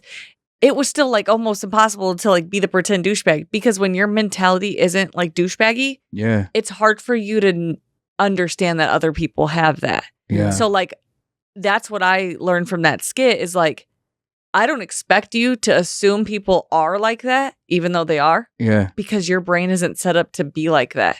So you're assuming that people are like you. Like I'm nice to everybody unless like I have a reason to not be nice to you. Like I like to be nice to everybody. Right. There are people who are just mean to everyone for no reason. Right. And because of that, like I can't even like why? Like, you know, like in my head I'm like, no. Yeah. Oh, like Yeah. you know, like people like the Jeffrey Dahmers, right? Like in the world of most people, we're like, there's no way somebody's like that. Yeah. No, but there are people like that. But we can't process it because we're not. Right. Yeah. Well, and to provide some context about the training that you're talking about. So like, again, and especially you and I feel like we've had a lot of conversations about like, all right, what can we do to like make sure to like continue to push out positive things about what female veterans are and how to help male veterans understand the unique challenges for some female vets and some of the things that they face. And so because of that, I just asked you guys to put together like a training of some kind, but don't call it a training because then everybody checks the fuck out, but like do something Training. to help explain so male veterans, because again, in my opinion, is that male vets, if you're like myself or Brad or whatever, you're like, fuck, and you just feel terrible. And you're like, oh my God, like you feel so shitty. So it's like, on one hand, you don't want to walk in to a situation where you're like, I'm going to feel like an asshole for the next 45 minutes. But like recording this episode? Yeah, I felt like a total doucher this entire episode. So thanks a lot, guys. Well, but like I wanted female vets to share their story and help the male veterans understand it better. Yeah. And you guys put on a skit, and then we like had some questions back and forth. But the most, the thing that resonated with me the most was like when each of you shared like a brief snippet story of something that you actively dealt with in service. And you're like, what the fuck? Like, then I'm like, okay, I get it. And one of the things that you specifically explained that I thought was just such a good point, and we've talked about it before, is like as a female vet now, and I don't know what it was like in the service, so I'm assuming it was kind of the same, but like you're around a bunch of male vets, you want to fit in, right? you're cracking jokes because we're cracking jokes. Harassment is how a lot of veterans speak to each other. Like we're fucking with each other and everything like that. And as a female vet, you come into that situation, you want to fit in. So like you're fucking Cracking with a them back. joke, yeah. You're cracking jokes and everything like that. But it gets mistaken as flirtation, like to all the time. Like they assume that it's like flirtatious, even though you're just trying to like fit in. So I also think like one of the barriers between male vets and female vets is for the male vets to understand that like female, it seems that maybe, I don't know, majority of the time or whatever, that a lot of female vets, they just want to fucking fit in Like our brain with the male thinks vets. like your brain. Right. Yeah. So you're cracking jokes and shit. There's no other implication there. You just want to fit into the group. So to be a better ally as a male vet, you got to understand that like they're just fucking We don't around like you like anybody that. else. Yeah, like, Yeah. You know what I'm Yeah. saying? This isn't an invitation for a date. It's hard for a lot of civilians even to understand that, because for as many female veterans as we had, when you're in service, you're still outnumbered by so many people. Yeah. And so even in my personal life now, the majority of my friends are males. You know, they're male veterans, and they look at me like little sis or big bro, and Yep. you know, people could make an assumption or whatever, but it's not that. We have a brother and sisterhood. We crack jokes. You know, I'll be the one to tell you, hey, don't eat that girl's casserole, kind of a thing. Yep. But it's never that line of flirtation. That's our safety net. You know, we Yeah. can trust them, and they become family. Yes. In the military, your military friends become family. Yeah, Yes. that's how I feel with a lot of, and I'm glad I'm married. My wife is super cool. Yeah. But like a lot of the female veterans I hang out with, people could easily take it as like flirting, but I don't see it like that, like in any way. I Very agree. good point. As the person who, like, Brad's probably my best friend. Yeah. I mean, don't tell like my female friends. I'm I talking about won't. like Mel's my best friend, but Yeah. like, Well, yeah. okay. But Brad, I probably text Brad more than I text any other human. But at any point, Amanda could be right on that text Yeah. and be in the chain, and there's nothing in our text that like she Right. had to worry about. No. Again, brother sister type Yeah. relationship. Like that's something that I had to work through with my wife also, because she didn't understand. Yeah. And especially because I took such an interest in the female veteran space when I started learning about all the shit that female vets dealt with, because I'm running a fucking veteran organization and like they're veterans. So like, what do we got to do to help them too? And so I'm trying to learn more, again, going out to grab coffee and like have you tell me about your experience.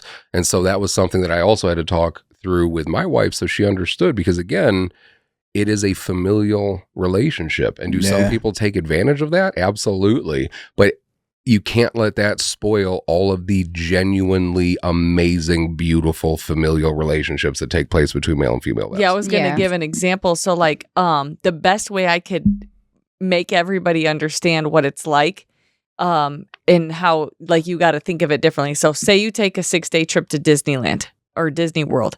It's a great trip, right? All 6 days.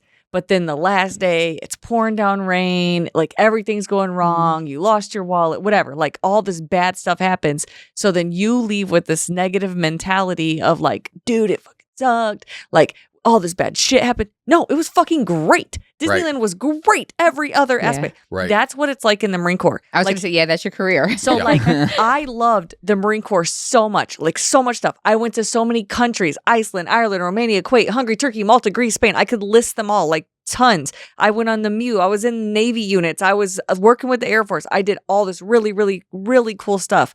I did so much stuff that I would never get to. Baptized in the Jordan River. Like you can't even summarize the amount of awesome that I had. The awesome Marines I worked for. Like I still talk to when I was a corporal, a gunslinger. There's relationships, but my very last unit, I was sexually assaulted by my captain, and now I'm like fucking hate the Marine Corps. Like it's a piece of shit. Like, but no, it wasn't. That part of it was that way it was handled was, but the Marine Corps over the course of those 14 years was fucking great. Yeah. Yeah. It's like a bad marriage is Right. another example.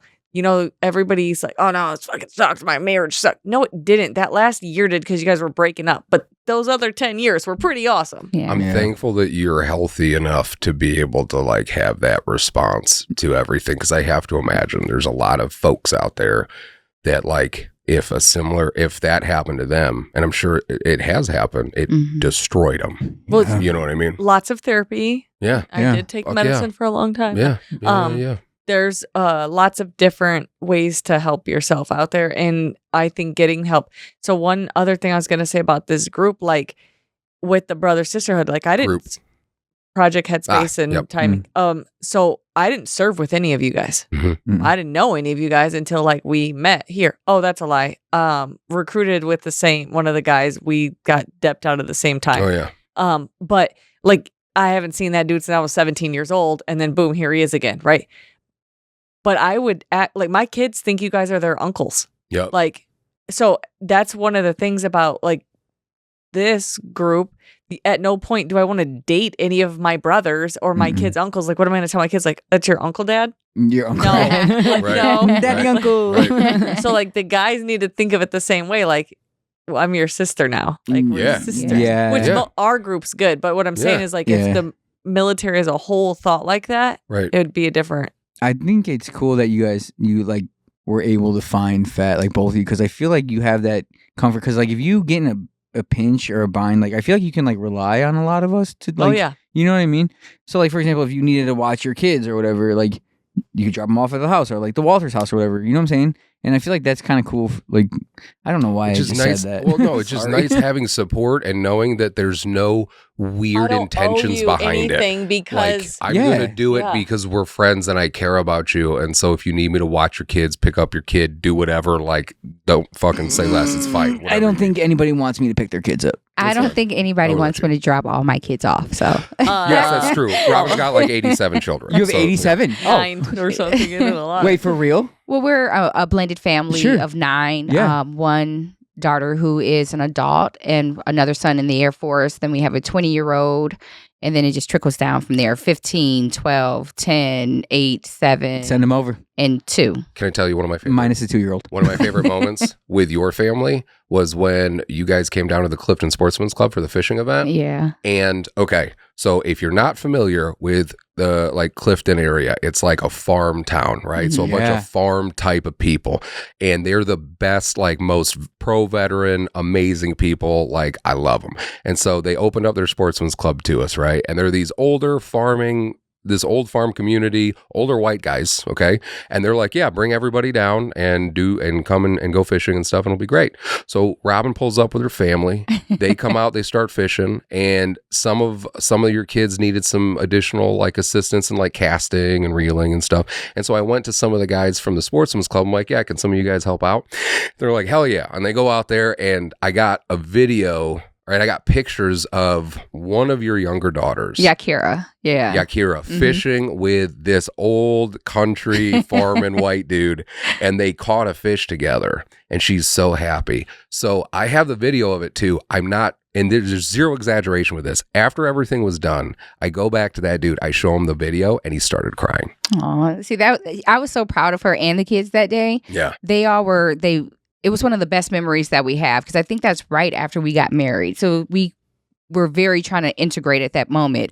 But the kids, they were fishing. They had such a great time. And Yeah. I remember when I said, okay, Robin, if you catch a fish, don't freak out. Like, look Yeah. at the kids. They're happy. And I caught a fish, and I think the fish caught me. I was like screaming. I ran away. But it was one of the best memories that we had That's so with cool. that. So, Just yeah. being around people that just support you unconditionally is Yeah. just such a peaceful, amazing feeling. And it costs you $0 to give that to somebody. Yeah. Just don't be a fucking asshole. You know what I mean? But what I was gonna tell you is, coming from, a culture of where you have to not know, like you don't know who you can trust, because when you get like my boss, like it's my leader, like takes Right. it. So coming in, it's like, can I trust these people?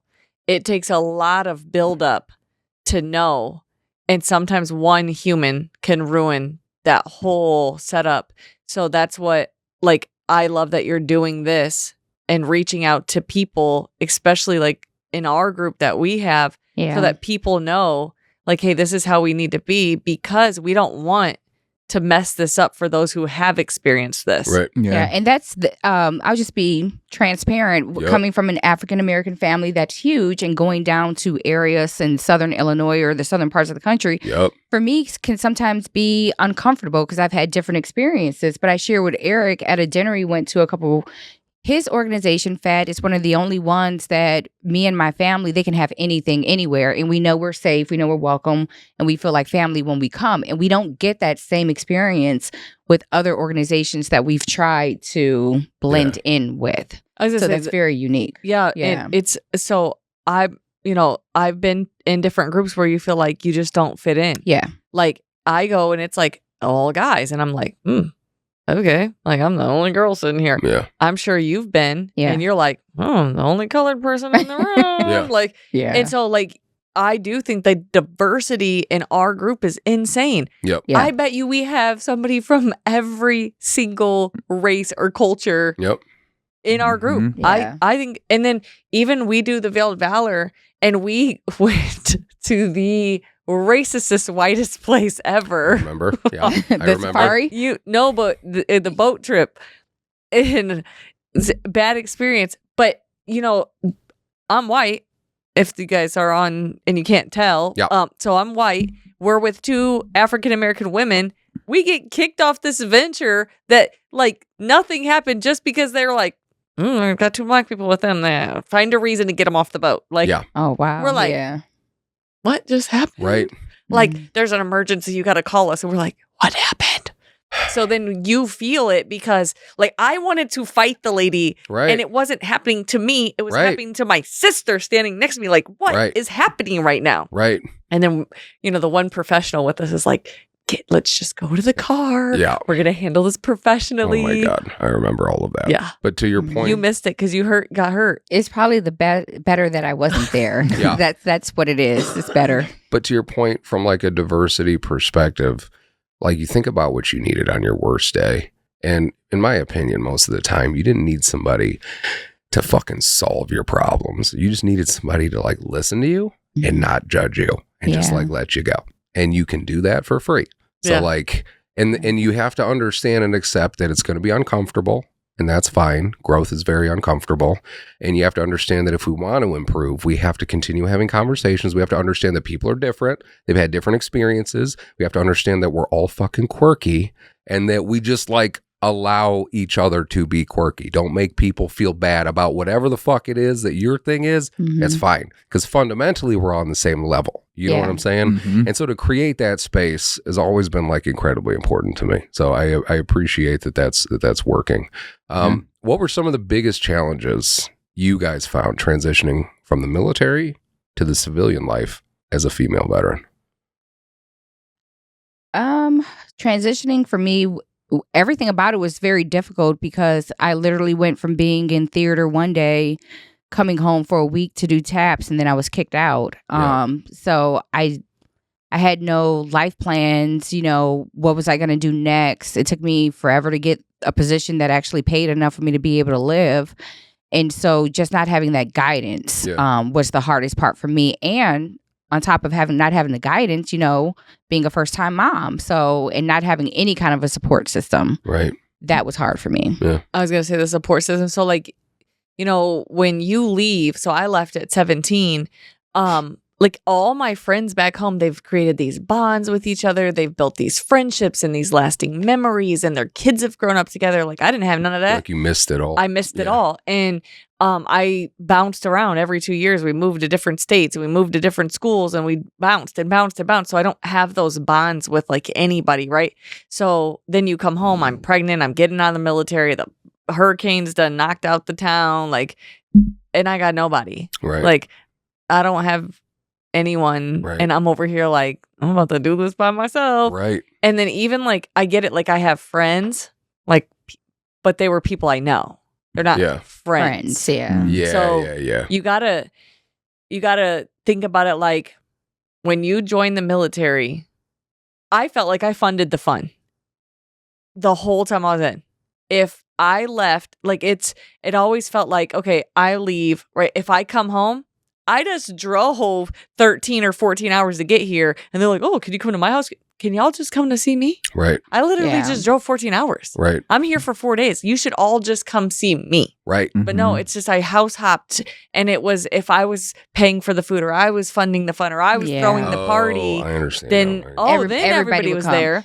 And that's funny that you should say that, because that's what I'm experiencing now, even in adulthood. The moment that the little family that I did have, the moment that I got out the military, or I said that magical word, no, I'm not going to fund this. I'm not going to pay for this. I kind of lost everyone around me. Funny how that happens. And you would think that that wouldn't even be the case at the ripe age of 42. I've had to let go of a lot of people around me because I had to learn the word no.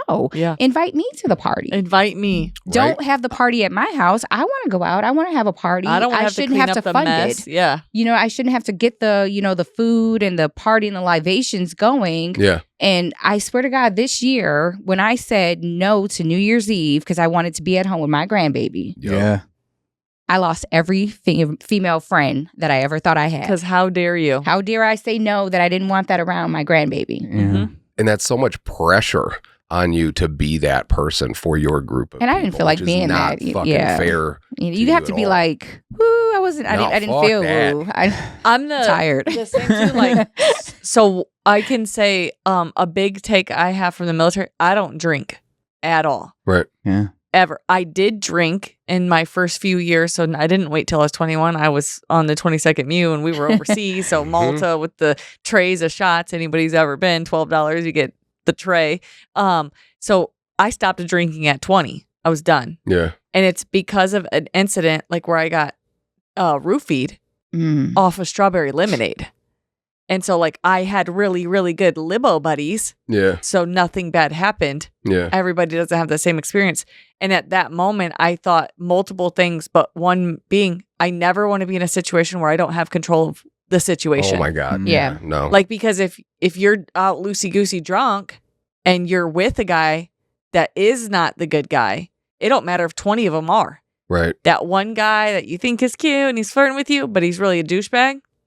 And then your judgment's off. So I stopped drinking at 20. And now as a grown-up, I'm 38. You know how many times, you don't drink at all? No. Why? Do you eat mustard?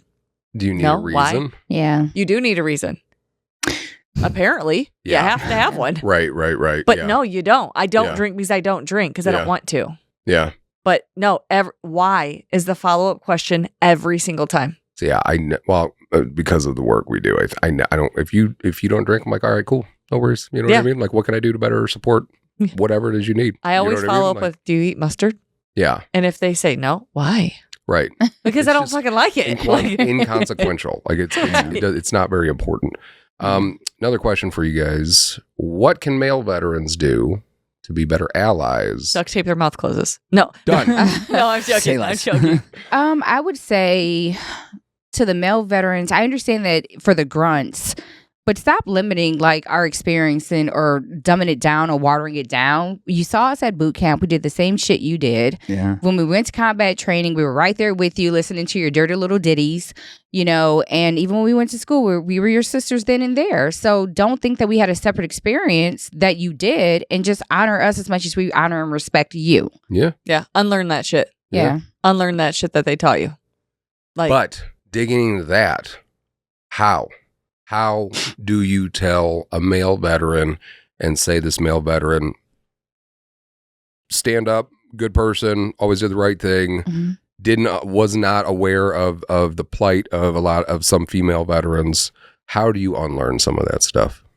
Treat us the way you would treat your sister, Yeah. your Yeah. little sister, Yeah. Yeah. and your mother. Yeah. Yep. yeah. That's how you do it. Yeah. Or how about this? Or your daughter. Your in daughter. that case. Your daughter. Yeah. Yeah. Like, how do you want your daughter to be treated? Treat Right. us like that. Yeah. Yeah, that, and I also think, to add on that, I think as the male vet has to come into this from a very open mind Yeah. to like say to themselves, like, okay, I just want to learn more about what your experience is like, just like I would with any vet that's triggered by fucking anything. I just want to know your story so I can like support you as your fucking friend. You know what I mean? So it's about being more open and understanding that, again, it's going to be uncomfortable. I'm going to hear some shit that's going to make me feel defensive, angry. It's going to make me feel embarrassed. because it was like we served the same country and this was your experience. But you have to understand that like all of those feelings are necessary. And by having those feelings as a male vet, it doesn't mean you're a piece of shit. It doesn't mean that you did something wrong. It means that you're a decent person because you fucking feel something. Yeah. And you're angry that this happened to your sister. Yep. So like you got to understand that you need to have those conversations. You just need to be open. Talk to one of your female veteran friends. Ask her, what was your experience like? You know what I mean? Like have that open conversation and then just let them go. Let them say whatever the fuck they want. And just like, and do not judge them for that. And don't try to solve their fucking problems either. Yeah. You know what I mean? I know a lot of people do this whole like treat people how you want to be treated. No, treat people how they want to be treated. So like I want to be treated a certain way. Just treat me that way. Yeah. And I'm going to treat you the way you want to be treated. Yeah. It's like kind of this like very simple concept that people aren't getting. Right. Yeah. Like kindness. Right. It's like a thing. What? Well, again, and what you brought up too about like treating somebody like you would treat your mother or something like that. You know what I mean? Like, how would you want your mother to be treated? You know what I mean? Like, yeah, for sure. Because growing up, my mom came here from another country. So I watched real racism like in front of me, being like things that were said to my mom and the anger that it gave me. You know what I mean? And I was a little kid, and I the amount of time somebody told my mom to go back to her country was fucking insane to me. And I almost got into a fight with this guy at Detroit airport. I was like 7 years old. I want to get a douche. I was so fucking angry because of how he talked to my mother. So it's like, again, it's easy to say, but like, you know, you're talking to someone's mom. You could be talking to someone's mom, someone's daughter, someone's sister, like whatever. Like have just like a little bit of fucking decency. A little bit of fucking decency. A little bit. You know what I mean? Even now, I talk to veterans all the time who don't necessarily like African American people, but I've learned how to get through that barrier and be like, okay, well, Like you're going to talk to me today. I don't really like black people. But they really don't. But I still have to do a service. You know, I have to do my job. And at the end of the day, regardless of, I've literally seen people walk out thinking one thing and having to turn around and say, you know what, thank you for your help. Oh yeah. But that's what I mean when I say unlearn that shit. Yeah. If somebody taught that person to not like people because of whatever color their skin is, unlearn that shit. I mean, you make that seem so much easier than it really is, because I feel like with unlearning comes with like burning bridges and you gotta have some to work. sometimes. Yeah, but I mean that's fine. Uncomfortable truths. Yeah, absolutely. Establishing boundaries. Yeah, and I think people are more comfortable being comfortable. And I'm fine with just them walking away saying like, oh my God, you know, she's not what I thought. She really, really helped me out. Sometimes I've changed your life, just to say thank you. And that's for them to deal with. Yeah. They got to unpack that shit when they go home. What their demons are is why they feel that way or whatever. But in that moment, as a veteran to veteran, a brother and sister, I see light green, dark green, marine. Yeah. And that's it. And I think some of us have that mentality. I don't like walk up to somebody and be like, okay, well, that's a black person. I can't be their friend. That guy's Asian. I can't like him. I don't even see it like that. I'm just like, hey, what's up? But like if you're in the military, again, and I understand some people have that weird fucking antiquated that I don't understand perception of just based on what shade fucking color you are. Yeah. But like the military, again, one of the most diverse groups of people under one fucking label. Like I went to boot camp. There was a fucking Eskimo from Alaska in my boot camp. There was a white dude from Tennessee. There's a couple of fucking Mexicans that lived in downtown Chicago. There's like, some brother cousins from West Virginia. Like got super it. fucking diverse. And we're all out there doing the same mission, eating the same shitty food, bitching about the same shit. And you'll see that once you get into the same, like as bad as the transition was when I went to my squadron, once we all became brother and sisters, I can go to you and be like, hey, got some lumpia? And you'd be like, why are you asking me that? Yeah. You know, Hell you're yeah, I got racist. I'm just like, yeah, but do you have some? You know? but so you kinda do. get You that. build. Like I don't think I ever thought of anybody as like that person's a color. I just No. thought like, bro, we're all in this shit together. And like, I get to let's make get fun it of done. you for different things Yeah. because of it in Yeah. a loving way. Yep. Yeah. Because in my squad, when I was in Afghanistan, first tour, I was the team leader, acting squad leader, because it was 5th squad, and the platoon sergeant just asked me to do it, and I was a fucking E4. And in my squad, there was another Filipino whose last name was YOLO. It's a real fucking story. He was our medic. We had a Puerto Rican dude, a couple of white guys, a black guy, and people would listen to us in the chow hall, and they're like, oh my God, like the shit that we would say to each other. But when we were taking fire or whatever else, like we were solid. Like we were a fucking team. We took care of each other. But again, sometimes in those types of interactions, harassment is just kind of how we speak to each other. Yeah. One of the things I wanted to ask you guys, are you familiar with Daryl Davis? Not a veteran, but I will drop this documentary because it's one of the coolest documentaries I've ever seen, and I recommend it to everybody. Older black musician. He played with like all the famous fucking people. Like he has an amazing history as far as like what he did musically. And there's a documentary, and I just looked it up, so I got the right name. Accidental Courtesy. So Accidental Courtesy is all about Daryl Davis getting members of the KKK to not be in the KKK.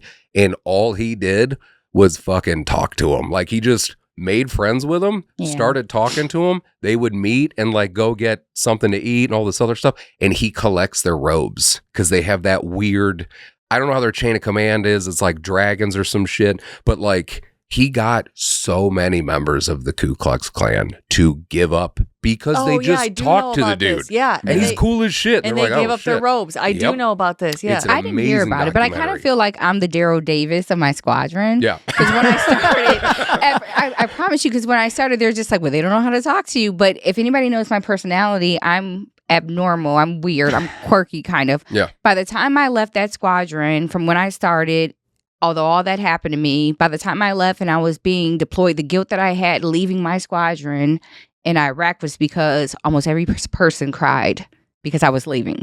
The energy that I brought, the ditties, I'd make up these weird ass songs, you know. I would try to like just bring out the best of everybody. So that was a hard transition from when I started to when I left. Yeah. The guilt that I had when I got out of service, for me, the trauma was leaving those people behind and not knowing if they were going to be okay. That's what I suffered with. So I can give an example of something if people want to know what it's like. So have you ever, like, like the only movie I can think of that reminded me of what it was like in Iraq was American Sniper. Like how they reenacted that movie to be so much like that, right? So now fast forward to what we're talking about. If you haven't seen, 6888? Yes. There is nothing that can explain, one, what it's like to be a female. The way those females were treated for the fact that they were female, even worse because they were all African American, but because they were female, they were so like, that is what it was like. That is what. So I couldn't imagine being in your shoes to be a female because you already get so mistreated as a female. Yeah. But to be an African American female, after I watched that movie, I was like, you know what? Because even when I went in, it was still, I mean, the numbers were very lopsided in. Yeah. Like Sewell, we had who, and like one other girl. So can you imagine a boot camp in 96? There's two. So you said you had an Eskimo and all this. No. There was 2 black girls and 1 girl that was like Asian and everybody else was white. Yeah. That's how it was. Yeah. And so I went in when it was still like only once every 3 months you went to boot camp, not like every 2 weeks like the guys. 8666. Nothing else can explain it. Yeah. Like watch that movie. Yeah. And because we're actually approaching 2 hours, I got a couple more questions I want to throw out there before we wrap this up. What we talked about, the veteran side, but what do you think needs to change in military culture to better support female service members? I think it is changing. Yeah, good. I think it is. Yeah. It was starting to change on like right at the cusp of me getting out. So I can remember the last year or 2 that I was in. There was a lot of talk about the changes coming up. And as I was getting out in that year I was getting out, the changes were being made. I didn't see the changes, so I can't speak for 2018, 19, 20 to now. I assume that from when I got out in 2018, which was very end of 2018, October 30th, there has to have been the changes now because of the amount of females that are going into the Marine Corps now. I went to a Marine Corps graduation and it was in San Diego. The second I heard female drill instructors singing cadence, I knew the Marine Corps has changed because I was in San Diego. Yes. Which isn't, female Marines are in Parris Island in my world, right? Oh, okay. And the very first platoon that walked across that parade deck was a female platoon integrated with male Marines. Yeah. So the Marine Corps is changing. That's good. Yeah, they So- retired 4th Battalion. I think it was last year. Mm-hmm. And as a mom of an airman, I can tell you that they've taken more steps now for mental health in the reporting system. So it is getting better. Yeah. It is That's getting awesome. better in this day and age. So yeah. I'm glad to hear that. When I saw those girls walking on the parade deck with those guys, I thought the Marine Corps is headed in the right direction. That's awesome. Hell yeah. What mental health practices or coping strategies have helped you personally, like the most? I went to Intrepid Spirit. I don't know if people are familiar. Camp Lejeune has Intrepid Spirit. It's attached to Wounded Warrior Battalion. It is a 16-week program. It's very, very, very intense. You do mindfulness training. You do art therapy. You do music therapy. And it's a program for what? Wounded Warriors. So Okay. Wounded Warriors, you can get sent to Wounded Got it. Warrior Battalion or get attached, and it becomes your place of work. So Okay, but to help me understand, or anybody that's unfamiliar, like, is it specifically to work towards mental health, substance use, all of the above. MST, everything? Everything. Okay. So there's different screening process you get put. So even like for wounded veterans, so there's occupational therapy, there's physical therapy. So it's just a building that has all these different therapies. But the mindfulness training, the art therapy, the group therapy, we did like it was like meditation type yoga, just different stuff to like open up the mind. Mm-hmm. Also, like with Project Headspace, we have these meetings weekly. So we call it Stitch and Bitch. Mm-hmm. So literally, it's just a group of us talking shit. Yep. Like, but we're talking shit about our shit, Yep. like, and their shit, and his shit, and her shit, and Mhm. and we're just sometimes getting that off your plate, like putting it off your shoulders and in the air. I think that helps Yeah. tremendously. But you got to find the group Yeah. that you're comfortable. It's like an AA meeting, kind of like, Yeah. hi, I'm Kristen and I'm an Right. alcoholic. Well, it's the same thing, except it's more relaxed. And it's like, bro, look what the fuck happened to me this week. Yeah. And it's every Wednesday. So like, finding that group of people and just bitching it out. Yep. Yeah. Love that. What do you think, Rob? I think groups, and also I did mindfulness too. But for me, what I'm learning is I have to be more intentional about setting out that time to join groups like Stitch and Bitch Right. to focus on myself. Right. And that's the first step. And I think that you have to like set your life up to where you can be intentional in getting the mental health that you need. Yeah. And I definitely feel that, it's hard.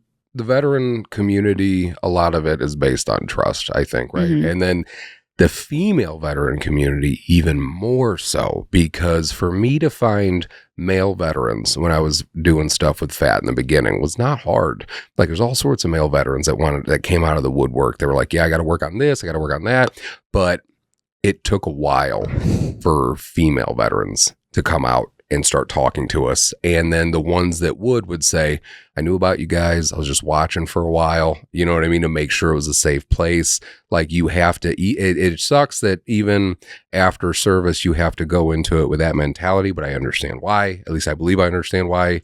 But it's just like, it's even harder to get the trust of female vets. So to be able to create a space where you can just come, bitch, say whatever you want, like, that's invaluable, I think, sometimes. But so I think I'm rapping about it. I think we're wrapping up, buddy. I think we're over 2 hours now. Woohoo! Not a pretty strong episode. That was pretty. Felt like a month back. Coming out strong. Did we miss anything? Is there anything else that you both wanted to share at all? Yes. Yeah. What could you tell your younger self? That was one of the things, like, if I could go back. Yeah. Thank you. If I could go back, I would tell my younger self that if it feels wrong, it's wrong. And it doesn't matter who you have to stand up to. You have to stand up. And you have to stand up in the moment. You don't wait till the moment's over. You have to stand up in the moment and say, no, that's not okay. And I think it's very hard to do as a PFC to a sergeant or a staff sergeant or a gunny or a major. But you have to. You have to know that you're not wrong, because we're all humans and we put our pants on the same. Right. Yeah. So I think that's what I would tell my younger self is, if it feels wrong, it's wrong. Yeah. And like, stand up and say, no, this is wrong. Yeah. The ability to trust your gut is something that's really not, I don't feel like it's emphasized as much as it should be. Like, you have to trust your gut in those situations, because either A, you're right, so you're doing everything, like, you need to trust your gut in that situation, or B, you're wrong, and it's an invaluable learning experience for you, because you trusted your gut. It didn't work that way. Now I understand going forward how I need to handle this situation, so I can trust that feeling that tells me this is not right. Yeah. I need to do something about this. I'd take an NJP over a sexual assault any day. Yeah. Like, Yeah. And I agree. If I could tell my younger self, I was raised on faith-based, and there's a common saying that says faith over fear. Mhm. And if I could have just instituted that in the moments where I felt like they were so inferior to me, and just having a faith that it would be okay, because you feel like you're a minion against these giants. You know, you create these giants and you're afraid to speak out and advocate for yourself. So piggybacking off what Kristen said, you know, you just got to have faith to do the right thing, and maybe you can save somebody else from experiencing what I felt and what I've been through. So, yeah. Well, thank you both for sharing all that. Brad, do you have any other questions? Anything else you wanted to say? Not questions. I did just want to say, you said at one point, Robin, your age. And I just want to say, you do not sound a day over 24. Thank you. Very nice. Kristen, you sound like an old hag. Stop talking. Any other questions, Brad? Comments, concerns, thoughts? Love you guys. I think we did pretty good. Yeah, that was fun. If you're listening to this, especially male veterans, think about if you've ever assumed if a female veteran was a veteran or not. Think about that. Understand that, that's how we change the narrative. And that's something that I've also been working on myself, because I realized that I didn't ask as many females as I did males when they would come up to my booth and start talking about fat or whatever. I wouldn't ask them if they were a veteran. And so I was like, fuck, okay, I got to start, like, that's something I can change. That's a pretty easy change. So, like, do a little self-inventory. Think about what you need to do to be a better support system for the female vets. Think about if you've ever spoken up when somebody downplayed a woman's service. Encourage your fellow female vets to speak out and talk to you. Understand that these conversations are going to be hard, but they're worth having, and they need to be had. And we're going to continue having them until more is done. So until next time, I think we did a pretty good job. Kristen, Robin, I appreciate both of you very much for coming on to share a lot about your experience. Bradley, I appreciate you. Also, thanks, man. Just being here. Thanks, dude. Just existing. Likewise. And until next time, I hope we helped you go from being freaked out, insecure, neurotic, and emotional to truly being fine about understanding what it's like to be a female veteran.